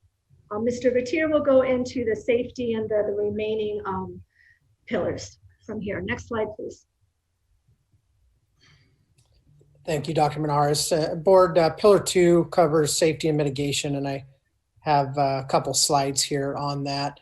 As you've heard, and kind of just reiterating this, Pillar 2 of the plan, in where we're currently sitting in the widespread tier, so anything above 14 new cases per 100,000 would call for weekly testing of all the students and staff that would return to a campus until the transmission rates decrease to under 14 per 100,000. As you heard Dr. Menares, and it said several times, our team's currently doing its due diligence and a feasibility study on the state's reduced cost lab option. You see it listed on there. Preliminarily, we estimate we would need to conduct about 25 to 30,000 tests a week if we brought back the elementary population. And you heard the estimated cost of anywhere between 15 and 20 million, and that's for the tests alone, not for all the logistics that would be required around that. We're still in the preliminary phases of investigating that because, again, we just received it a couple work days ago. We're also exploring our partnership with Borrego Health in our community, who has been partnering with us to do testing for our employees, and they'll be doing that again tomorrow at the Board of Ed, seeing if they could expand as we move forward into this. So next slide, please. So Board, the second part of Pillar 2 is the PPE and contact tracing, and then vaccinations, and I'll cover the vaccinations on the next slide. There was a change that was abruptly made by the state in which it is recommending the distribution of surgical masks, the wearing of surgical masks, the blue surgical masks for our school staff. Fortunately, under the board's great guidance from the onset of this pandemic, we've been purchasing PPE and have a good cache of about 780,000 surgical masks in the district. So we believe we're good on the PPE side of the house. With that, the state would also begin a school portal for outbreak tracking so that they could improve the coordination between the districts and local health officials. We haven't seen what that may look like or seen much more than the wording on that. And then the state was going to begin employing contact tracers to improve the communication, improve the work between schools and the local public health offices. Next slide, please.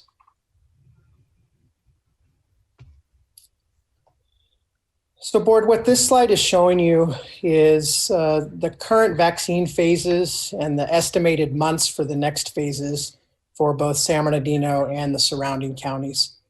School personnel and those age 65 and plus, which was a recent change, are in phase 1B. As you can see here, only Riverside County is currently offering the vaccine to school personnel.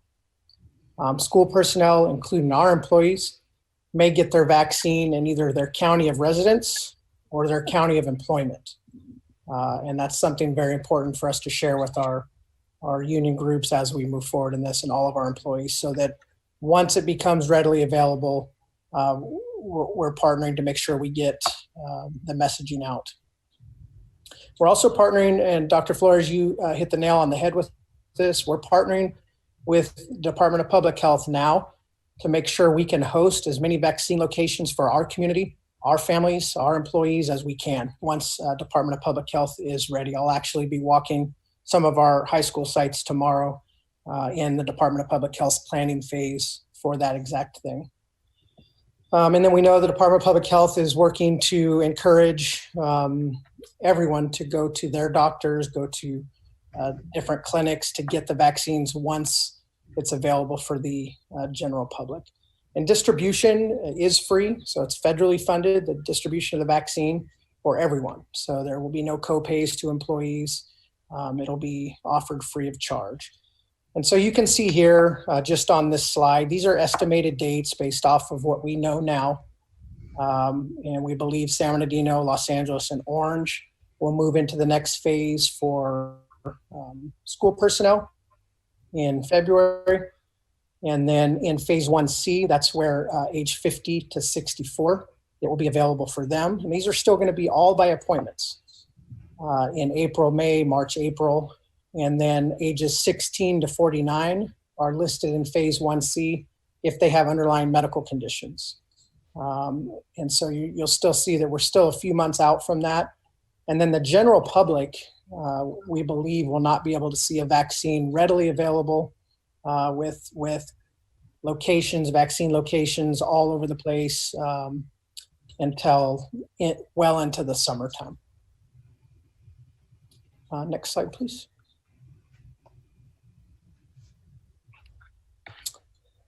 Board, as you heard Dr. Menarez mention, the Pillar 3 does talk about our COVID safety plan. So we've been ahead of this as it relates to the OSHA side of it, and that is one of two areas for this. So we had to have OSHA compliance plan, an OSHA COVID prevention plan, and that is completed. We do have a template that we have to use through the state of California that was just provided to us 2 days ago that we're really looking at as part of this grant program that would have to be completed, and then the strict timelines and approval processes, including our labor groups, our families, our community, all with, trying to meet some type of February deadline if we were to apply for this grant. And then the state's establishing a Safe Schools for All team where they're going to have multifaceted agencies that would provide hands-on support to schools, training material, webinars, ongoing technical assistance. Again, these are just some key takeaways from their presentation. We haven't had much conversation or seen what that would actually look like for us. Next slide, please.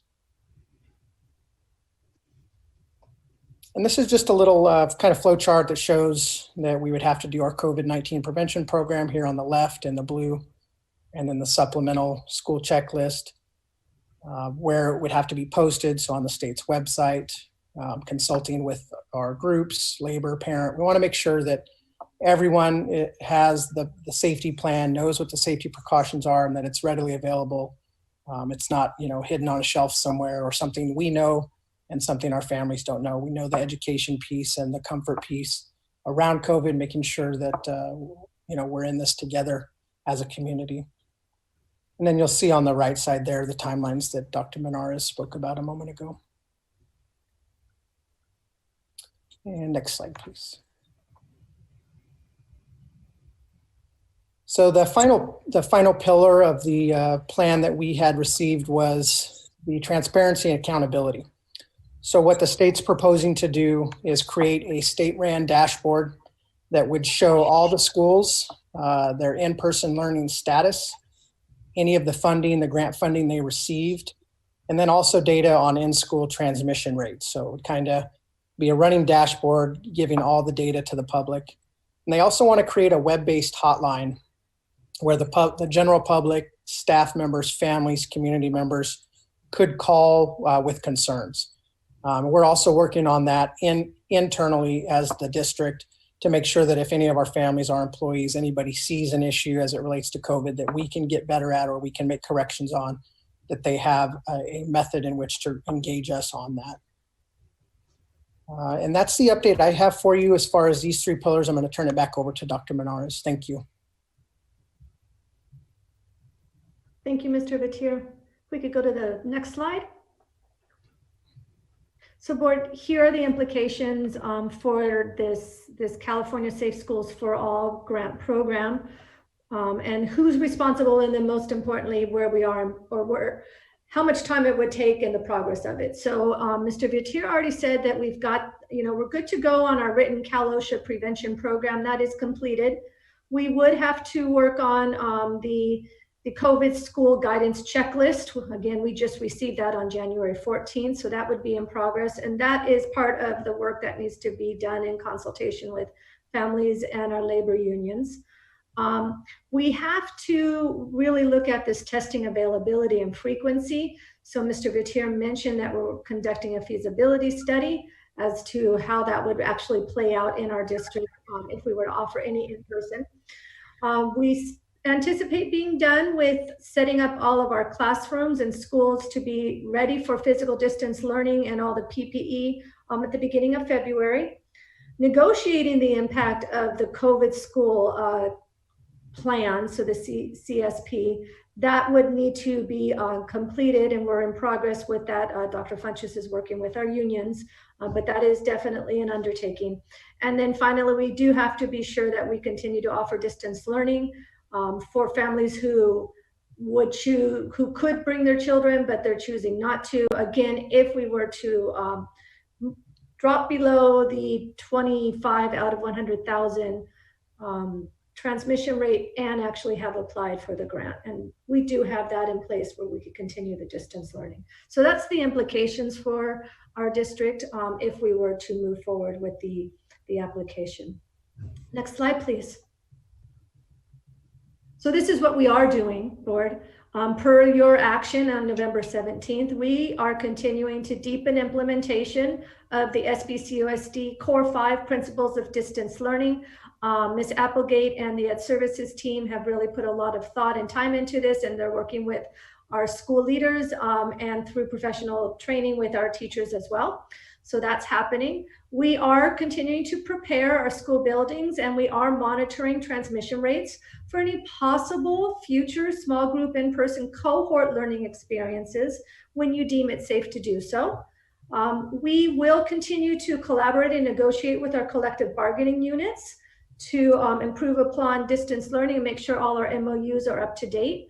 As Dr. Flores had mentioned or suggested, we too are thinking about and are working to work with our local health agencies around a vaccine education campaign, right? So we want to make sure that our families and our employees have the most accurate information. We recognize we are not the health experts. We would want to bring in the health experts to speak to our families and our employees, give them the necessary information. We also want to partner with them to be able to offer the vaccines using, as you said, Dr. Flores, our schools as hubs so that it is easy for our families to be vaccinated once they feel comfortable with the information that they receive through our campaign. So that is definitely something we are working on. And then because we don't wait in San Bernardino City, we are always forward thinking. We are beginning to collaboratively develop what we're going to call the SBCOSD Acceleration of Student Learning Plan, so that when we can bring students back into a learning environment that we all know, which means it's in person and everyone will be safe, that we can catch students up who may need to be caught up for whatever reason, and we can accelerate students using possibly summertime, using Jumpstart before school starts, using intercession, whatever that might be. So we want to collaboratively develop that with our teachers and our parents and our site leaders. So we're just getting ready to start reaching out to people to work on that. And with that, I'm going to Dr. Menards, before you start the video, yes. Dr. Flores does have a question, and then followed up with Mr. Tillman also has a question. Right. Thank you so much, Dr. Menards and Mr. Vitier. This, I guess, is for Mr. Vitier. I would like to know demographic data for ages in our district regarding COVID-19 positivity rates and deaths. If we could get that information, is that possible? Sorry, I wanted to make sure I was unmuted. Yeah, Dr. Flores, let me work with public health to see exactly how down in the weeds we can get with their data, and I'll get that. Right, because that would really drive how we phase in our opening. If we see a high rate of positivity in our kids and age groups, I mean, that would, alert us. I think the more data we have, the better. And also, how do we coordinate the processes of testing and vaccination? I mean, you're talking about testing, but what would be the coordination that we would have? And you also mentioned that we're going to, we haven't even costed out who's going to do it, right? How is that going to happen, and what is the cost to that? And then as soon as you get information regarding the phasing in of vaccinations, I didn't see in the list that you gave us for children, or was there a place for children to get vaccinated? I thought I just saw 16 and above, or is that correct? I don't remember. Yeah, that is correct, Dr. Flores. So under the emergency use authorization for these vaccines, they have not authorized it for the use in children yet. And so, given what Dr. Leonardi shared with us today, that's very concerning to me. And I'm saying this because so many of my friends have had deaths, their grandparents, their parents who are elderly, and it's been children that have exposed them. And, they're asymptomatic. or maybe don't have really severe symptoms, but when they do expose the, members of their family, there's a lot of deaths. There's deaths. And so I think we need to be really mindful of that. And then also, what will it look like for our staff and our students and parents once we coordinate, the vaccination and the testing? And those are really complex questions. and, but the more data we have, the better, right? The more data we have, the better we'll be able to make decisions. I don't even know if it's prudent to even apply. I know you're giving us information to apply for this grant because the timeline to me is very short. And I just don't, and I'm very, very,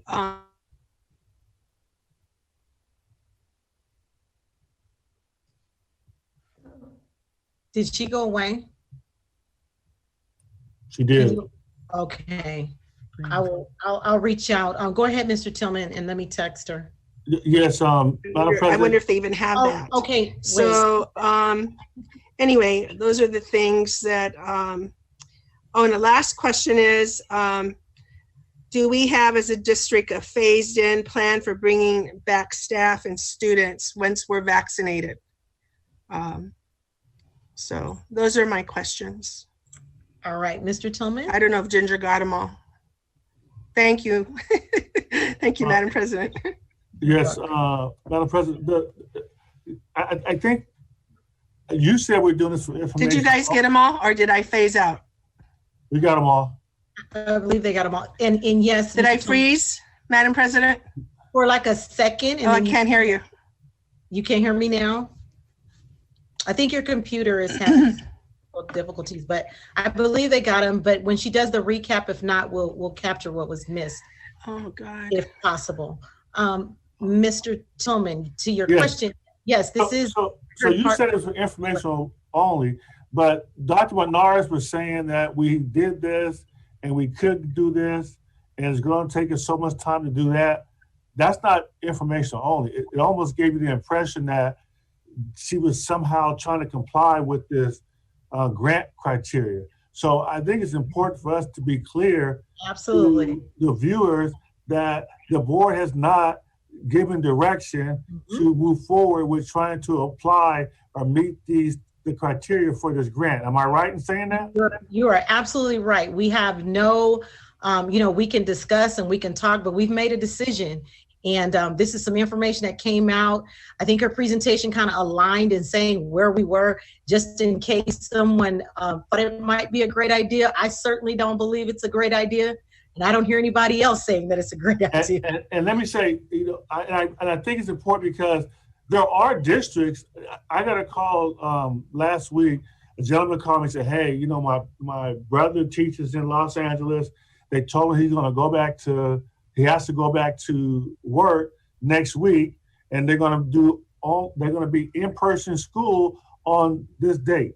And I told him that's the craziest thing I've ever heard. And I said, well, I would love to give him advice on how to talk to the school board. There's only a few weeks before he'll get his vaccination. It made no sense to me that a district would even be talking about that, right? But there are districts talking about that. Correct. And just before he's supposed to go back to school, he called me and said, hey, my brothers got notice that they're not going back to school on that date, right? So a lot of districts are responding slowly, but it causes stress and chaos within the district. Yes. And it's obvious, and it's not obvious to everyone, but it's obvious to me, just understand statistics. If our numbers are 125 to 100,000, it's going to take a lot of time for those numbers to go down. So to even give the impression that we even think we're going to have a chance to do what they're talking about, and I thought I heard Dr. Nardi said you have to bring all the kids back. You have to bring that whatever grade level was selected. Let's say first grade, we have to invite all first graders to attend. They don't all have to attend at the same time, but we do have to give the families the option. Yeah. So none of that makes any sense. So we said this a long time ago. If we're in January the 19th already, for the numbers to go down in a couple of months, I agree with Dr. Flores that we should be moving towards helping with vaccination and then opening up schools when we can. That should be the goal. But I want to make sure that in the end, after this presentation, someone needs to say that we're not going forward with applying for this grant. So let me say it. We're not going forward with applying for this grant. Thank you. Okay. And to the questions again, I really appreciate the district's information, because even woven into this for local health agencies and vaccines, and Dr. White and I got a chance to see the presentation prior. That's why I wanted to make sure a lot of the questions were going to be answered, because we're moving forward with the when we can do so. That's why we adopted when it's safe to do so, because all of this falls within guidelines. There's stuff coming out, but for our viewing audience, a lot of times we'll hear it in a different city, like you said, a different county. And so we're being clear on the next steps for San Bernardino City Unified School District. However, that information is coming out, and someone may have thought it is a good idea and, really to bring back kids, but we couldn't if we wanted to, actually. So informational only. Again, hopefully we were clear on this. We've got our update. We appreciate it. The district did a great job updating us on that. And now we're going to see a wonderful presentation video of our students. Thank you. And thank you, Mr. Tillman, for your question. We too are there with you. We just wanted to be sure in case anybody did want us to go in a different direction, so you had an idea of what that would look like. So before we start play on this, I do want to give some kudos to our SBCUSD demonstration teachers, our employee development wing, and our employee development wing within our human resources division. Just some data points. So our demonstration teachers this year have had 525 lessons that were observed by their peers. This is to date. They have presented 540 trainings to site and district staff. They've supported 23 student teachers.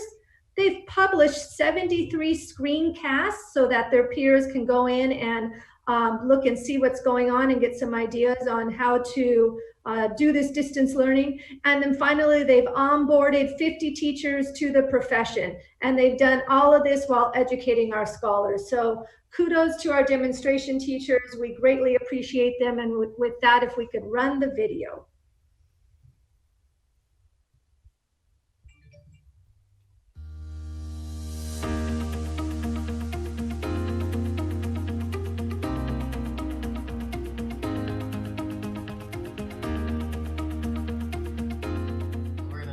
Kind of what ballot is together. We're going to go through the rhyme scheme together and just kind of figure it out. What does a ballot mean? Here's another sample of a ballot that I wrote.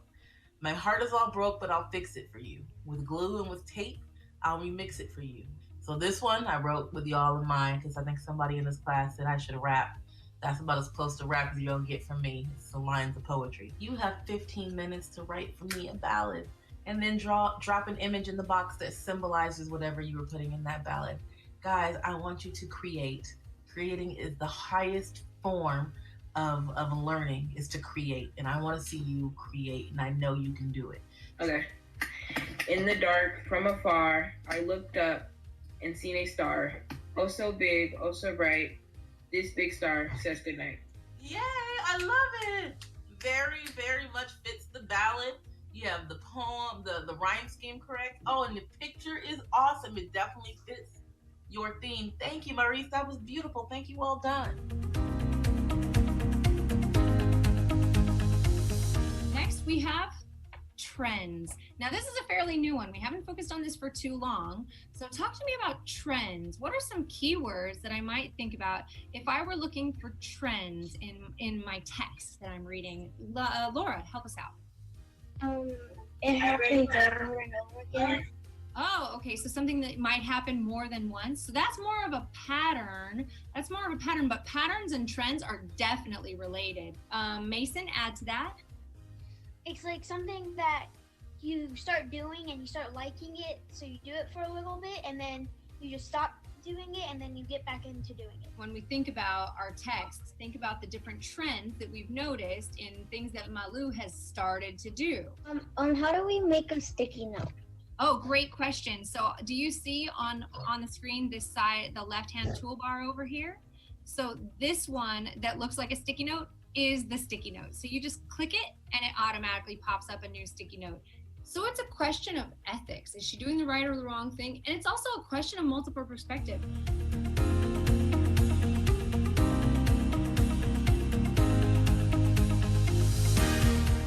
All right, we're going to take notes on 2 examples. That's it, 2 examples, okay? Fractions are nothing more than division, so don't let the fractions trip you out. Like, oh, Miss Perry, I don't like fractions. There's no such thing as fractions, guys. It's just division. Okay, good job writing this down. Enrique, you're good? You wrote it down? Then Judith, camera check. I can't see your eyes, Judith. Slitzy, you're on task. Thank you, Cellphone, for being on task. Oh, wait a minute. We got an activity. Ready to climb? Let's climb the mountain. Here we go.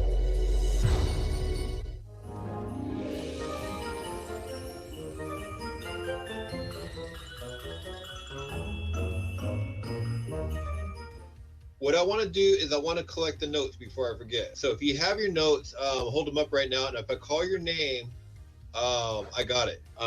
Jesus, Daniel, Enrique, get your notes up. Myra, notes. Let's just get everybody. Judith, notes. You're my last one. Judith, notes. Well, bam. All right. That's the whole class. We're good. Put them down. All right. Good job, guys, on the notes.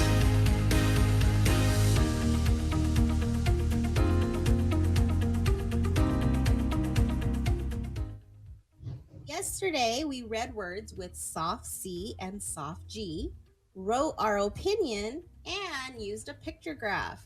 We also listened to a folktale about sharing and solving arguments. So I want you to take a second and think. What would you do if you saw 2 of your friends arguing over a piece of candy? Damien, we haven't heard from you yet. If you saw 2 friends arguing, what would you do? I saw 2 kids arguing with the 2 candy. I would cut it in two pieces. Ah, very good. So if the candy can be shared, you would cut it into pieces and give one to each friend. That's a good solution. I like that.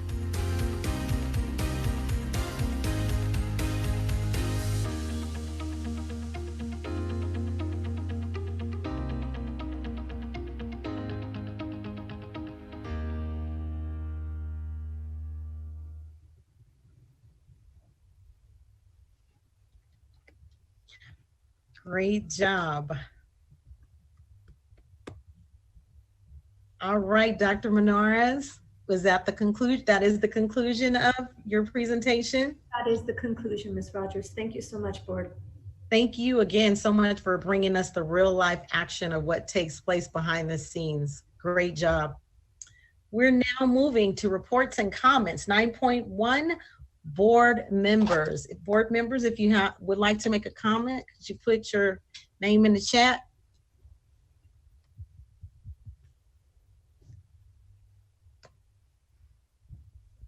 Can they hear me? They went silent on me. Where are they? Okay, I can see. I see Dr. Flores. Thank you, Madam President. I have an inquiry. I would like to ask where we're at with Footsteps to Brilliance in terms of the offer that they gave for all of our 0 to 5 kids in our district boundaries and all the families, and also the addition of, I believe, 2 programs. So I would like an update of where we're at. I don't need it right now, but I would like for us to find out where we're at in terms of that. And I would like to congratulate our our senator, U.S. Senator, Vice President-elect Kamala Harris. It's a great honor to have her as our first woman of African and Asian Indian heritage to be and a woman to be our vice president. So I'm very excited. I'm excited that Alex Padilla is our senator, our California senator. And I'm excited that Assemblywoman Shirley Weber was appointed to his position as state secretary. I love that woman. She is so incredible. And I also want to say from California, we have another secretary on the Biden-Harris cabinet, Javier Becerra, Health and Human Services. Yay. And then recently, Superintendent Cindy Martin was appointed Deputy Secretary of Education. That's a great appointment. Teacher, principal, superintendent. I think we will be well represented. And of course, another Californian, Jane Yellen, who will be the Secretary of the Treasury. So I think Biden's cabinet is California rich. And then I also want to congratulate Assembly Member Eloise Gomez-Reyes, who was appointed Majority Leader of the Assembly. That is just really incredible. And I just want to give her the best congratulations from all of us. So I'm really jazzed about all of that, right? And given that we passed resolutions today about, celebrating African-American history, and also because of Martin Luther King's birthday, and all, not just because of his birthday, but what he represented to us. And in terms of, he gave his life for for African-Americans to move forward, not just them, but everybody who was disenfranchised and marginalized. And I want to recommend to Miss Applegate, Goldie Muhammad, Dr. Goldie Muhammad. I don't think you can see this book. Oh, it's backwards, sorry. It's called Cultivating Genius, an equity framework for culturally and historically responsive literacy. She has, I'm going to read that. She presents a teaching learning model that brings the history of illustrious African-American literary societies to bear on the way we teach today. African-American literary societies were conducted in homes, and they dealt with critical analysis of literature. But she has now turned that into a 4-layered framework on identity, skills development, intellect, and criticality.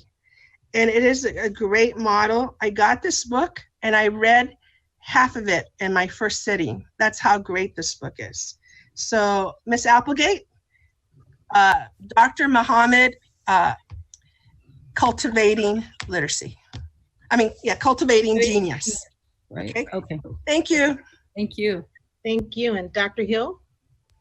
Thank you, Madam President. I want to say to Dr. Rachel Benares and her team, thank you so much for that informational material, and thanks for keeping us updated. You did a fabulous job. I also want to go back to our, our last board meeting when Dr. Volkemer gave me accolades for the 3 awards, and I left Ms. Rogers hanging because she said she got 4. And I guess it was the time of the evening because I couldn't think of what it was. Well, it was from an organization who honored me as an outstanding evangelist.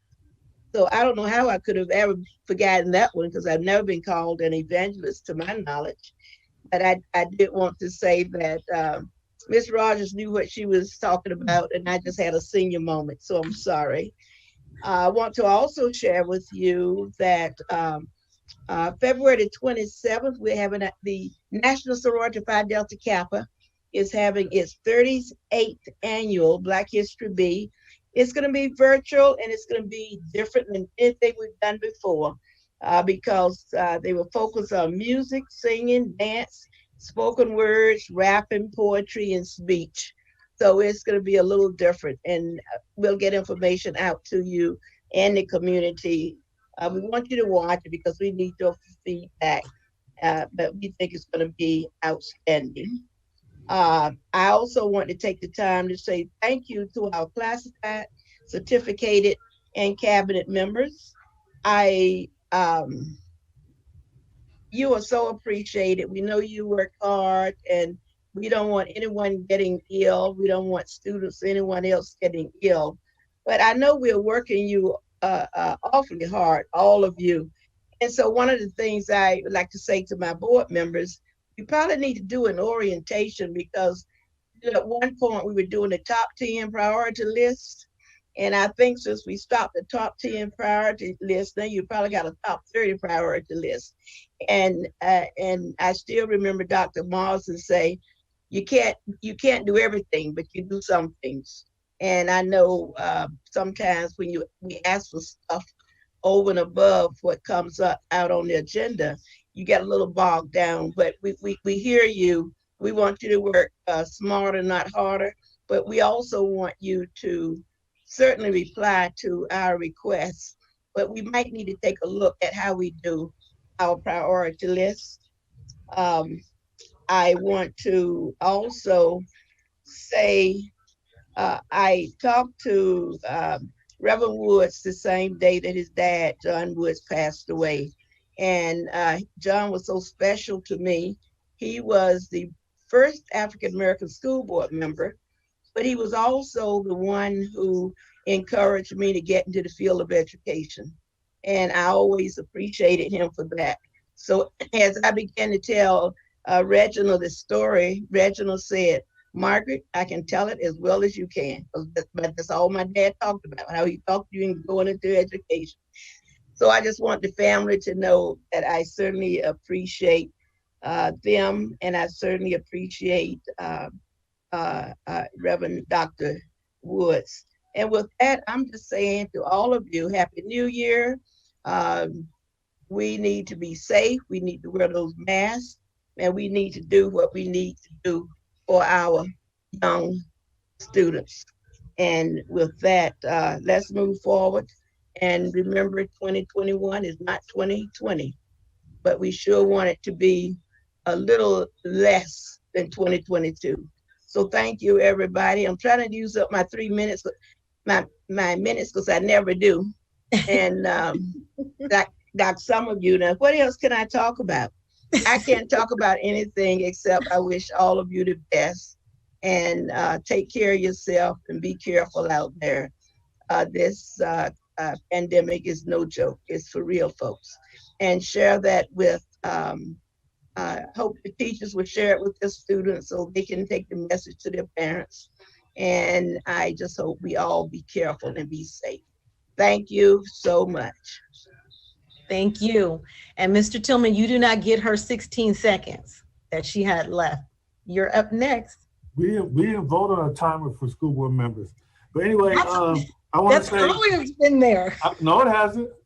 At the board meeting? At the last board meeting? No, when we were in person? No, and now you guys cut into my time. But thank you to Nutritional Services for delivering those meals throughout the year and the holiday time. I've heard from the community members who actually who use those meals, and they're very thankful. They asked that we maybe give a variety, Ms. Christakis, that we can switch up the meals. They said we give the same thing all the time. Just a thought, probably wouldn't cost more money to do it, but they are appreciative of it, but they said that it would help if they have more of a variety and to make sure we taste test the meals. But in the end, everyone is happy that they're getting the food because it means a lot to a lot of people in terms of stretching their money when they buy food at other times. And then I want to give a special thanks to Dr. Hill and Ms. Rogers. The only way I can get on the front page of the Sun is I'm hanging out with them. And they called me and said, hey, can you meet us at the statue? We're going there for Black History. And man, I was like, wow, lo and behold, on the newspaper, I didn't do anything wrong. I wasn't going to jail. I'm on the front page of the Sun just for hanging around with Dr. Hill and President Rogers. So just a hint to all y'all, you want to get on the front page and have a positive story on the front page and page 8. And this is important. Not only they run it in San Bernardino, I was getting calls from Rancho Cucamonga and Riverside. It's just nice to know we got big shots on the board. So I got to, again, thank Dr. Hill and thank you, President Rogers. You are all right, Miss Rosales Medina. No, I just wanted to say Happy New Year to everyone, to all the audience that's out there, as well as 2021. It is a year of hope. I know last year was really difficult for many. Many lives have been lost. I'm wondering, within those who have lost their lives through COVID, or family members that have lost their loved ones that work within our school district, if there's a support system for them as well, as I know that it can be really hard during this time. So I just want to make sure that we have some type of form, I imagine we do, where students, family members, as well as staff are able to access some type of support in that area. And if we don't have anything set, I know we typically have them for students. If we don't have anything set, if we could try to set something up. Thank you, Ms. Rosales Medina. I'm looking at the chat, and I'm also looking at the raised hand thing if it pops up. I'm not seeing anything on any other board members. And if not, I'll make the comment and then we will go on to our next item. Okay, so again, as I said before, Happy New Year to everyone. And you know, we want to continue to stay safe and to continue to take COVID-19 serious. It is really a deadly disease that we are seeing people all around us pass away well before their time. And so we want to prevent that by being diligent about staying safe and doing all the things that we are being asked to do. Having said that, we know that as we're turning the corner and looking at the new school year, or coming to the close of this school year, we still are forward thinking about making sure that we're looking out for the best for our students. So I made mention to this to Dr. Volkmer, and I want to get the information regarding the policies that we have around our graduation requirements.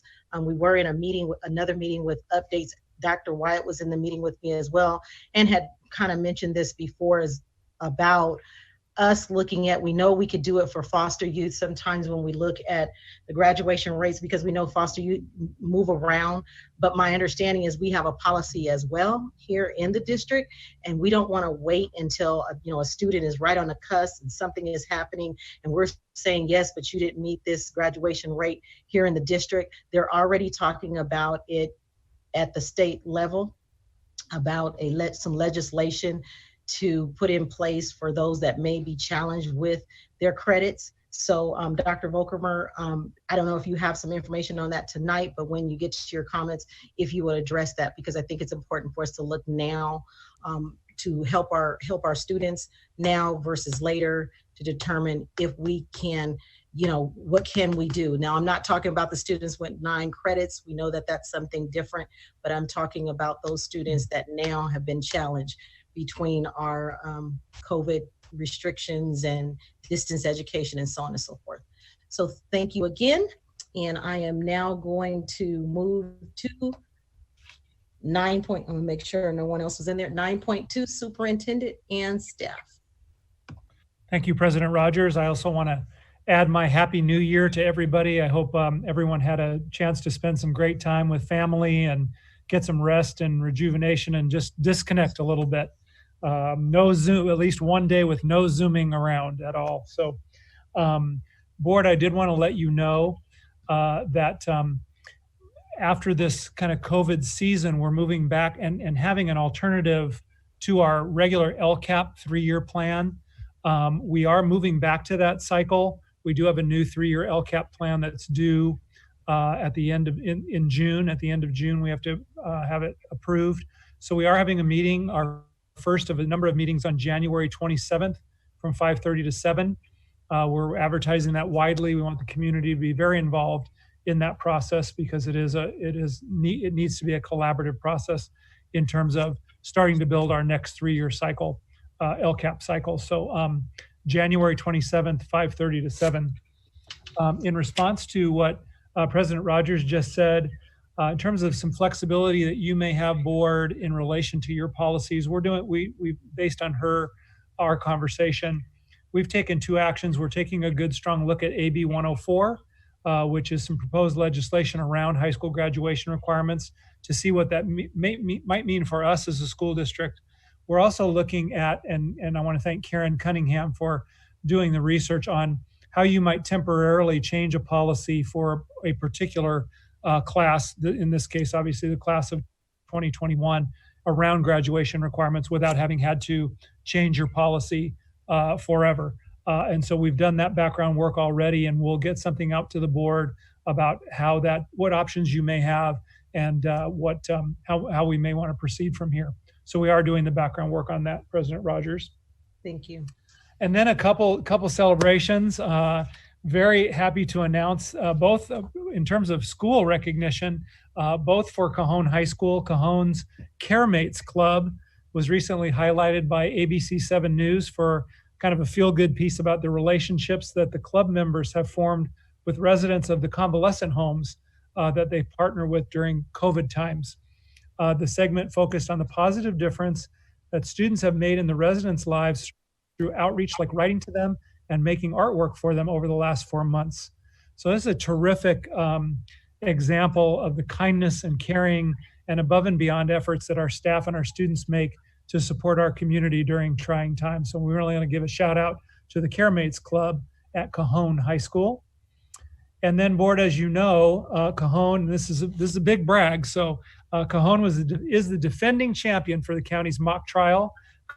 And so they are knee deep in it right now. The county has changed the mock trial competition to a virtual competition. Cajon is in the semifinals. They'll be competing tomorrow and Thursday. If you would like to, they're allowing a limited number of spectators. So if you would like to spectate and be a part of that, please let Karen know ASAP, and we'll do our best to get you in and at this late hour. But we're going to be rooting for our Cowboys to defend their mock trial championship and bring home that mock trial trophy again. And then finally, on February 1st, I know we've sent this information to you.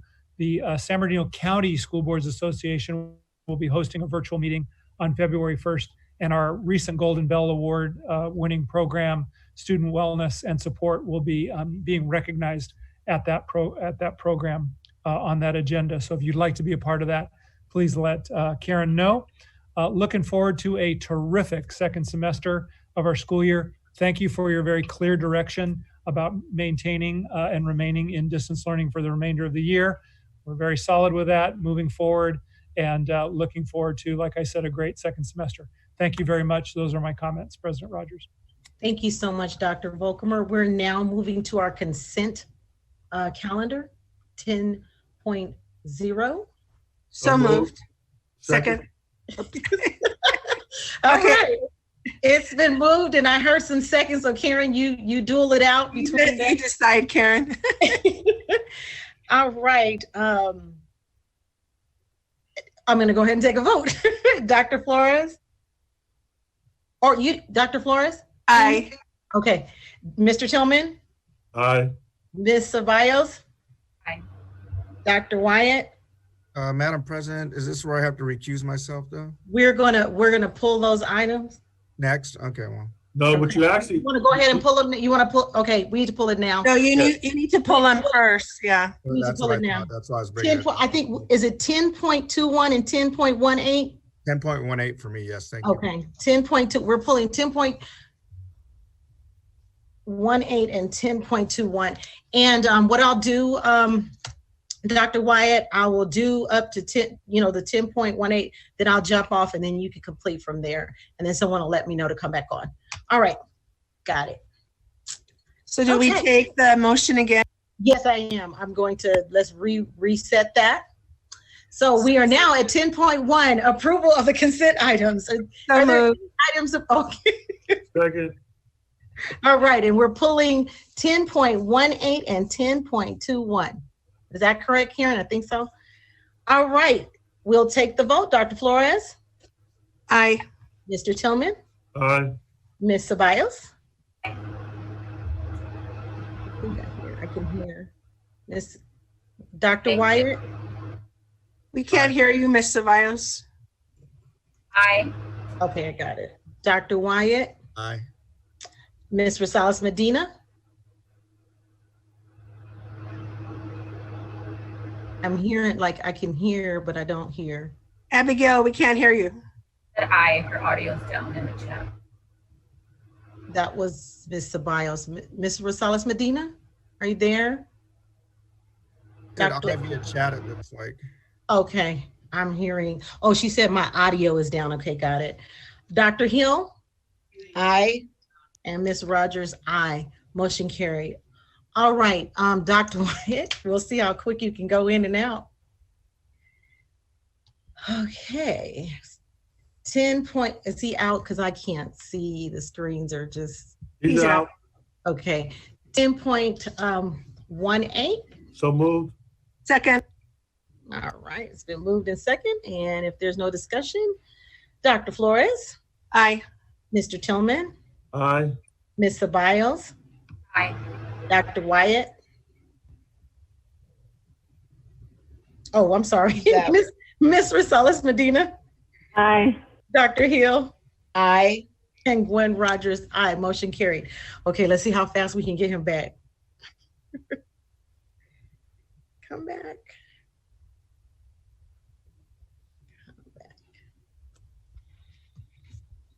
We have to learn how to maneuver and keep all of our apps open. I'm back. Okay, I am going out. Leaving now. All righty, Madam President. And I'm going to look at 10.21 on the opposite screen. So let me come on back now. And I can't see her. Is she off now? She's off. So moved. All right, thank you. It's been motioned and properly seconded by Dr. Hill. So I will go around and take a vote based on my screen. Mr. Tillman? Aye. Dr. Hill? Aye. Ms. Ceballos? Aye. All right, Ms. Medina Rosales? Aye. Medina? Pardon me. Aye. All right. And Dr. Flores? Aye. And then myself? Aye. All right, motion carries. Thank you. And let me go ahead and text her back in.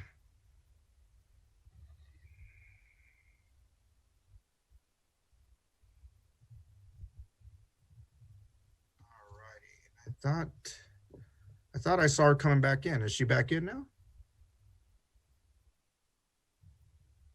No? She's back. There she You're is. on mute, All righty. Gwen. Welcome back, Madam President. I'm back. Did you do 11.0 or no? We're there? Not, no. All righty. We are now 11.0 action items. 11.1 personnel report number 11 dated January 19, 2021. As presented. So moved. Second. It's been moved in second. If there's no discussion, Dr. Flores? Aye. Mr. Tillman? Aye. Ms. Ceballos? Dr. Wyatt? Aye. Ms. Rosales Medina? Aye. Dr. Hill? Aye. Gwen Rogers, aye. Motion carried. We are at 11.2 annual and 5-year reportable fees report for fiscal year 2019-2020 business services. So moved. Second. Been moved in second. If there's no discussion, Dr. Flores? Aye. Mr. Tillman? Aye. Ms. Ceballos? Aye. Thank you. Dr. Wyatt? Aye. Ms. Rosales Medina? Aye. Dr. Hill? Aye. Gwen Rogers, aye. Motion carried. 11.3, Board Policy 3311.11, California Uniform Public Construction Cost Account Procedures, second reading, business services. So moved. Second. Been moved in second. If there's no discussion, Dr. Flores? Aye. Mr. Tillman? Aye. Ms. Ceballos? Aye.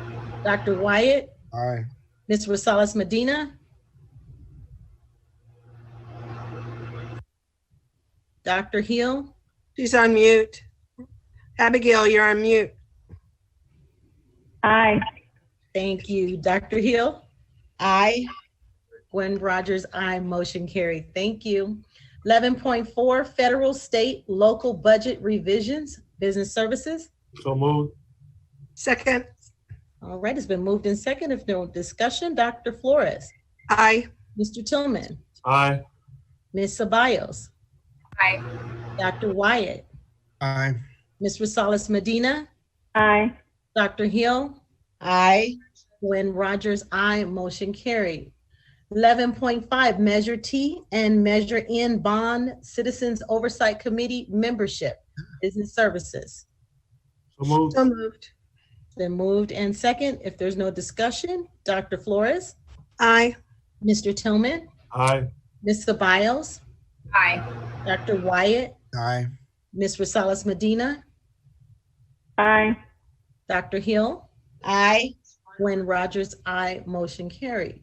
11.6, Resolution of District Emergency Inland Career Education Center, Business Services. So moved. Second. Moved and second. No discussion. Dr. Flores. Aye. Mr. Tillman. Aye. Ms. Ceballos. Aye. Dr. Wyatt. Aye. Ms. Rosales Medina. Aye. Dr. Hill. Aye. Gwen Rogers, aye. Motion carried. We are now at 12.0, Summary of Board Member Request. 12.1, Review of Requests. Ginger, you are up. Thank you, President Rogers. So, Dr. Flores, I believe I got all of your questions, but if I missed any during your freeze for a moment, please let me know. I will. Thanks. So the first request came from Dr. Flores. It was to provide her with the projected value of the natural attrition among our employees each year. The second question, also from Dr. Flores. In fact, the first 9 I have are from you. So the second question is to provide the cost savings due to our closed campuses and offices from this year. The third question you had was the cost savings of positions that we didn't fill. Fourth was considering establishing a percentage for students and staff to be vaccinated before SBCUSD opens in person. Number 5 was to consider coordinating with county public health or our healthcare partners for staff and students to offer opportunities for vaccinations at our sites. Number 6 was the demographic data for COVID-19 positivity rates and deaths within our district boundaries. By age. By age. Okay, and you did clarify that after. Thank you so much. The number 7 was the details on the plan for testing and vaccinating of students and staff. Number 8 was details on the plan for phases of bringing back staff. You also mentioned students, but I know we've had that in terms of the 4-phase plan that we've talked about. So I kept it just to staff. Okay. The 9th question was to update on Footsteps to Brilliance related to families of children age 0 to 5 and the additional programs that were promised. And those were the 9 I got from Dr. Flores. You did great. Thank you. Excellent. Good. Okay. So then Dr. Hill asked that we consider ways to prioritize our board request list. Ms. Abigail Rosales Medina asked for information about any support system that we offer to families of employees who pass away, especially from COVID-19.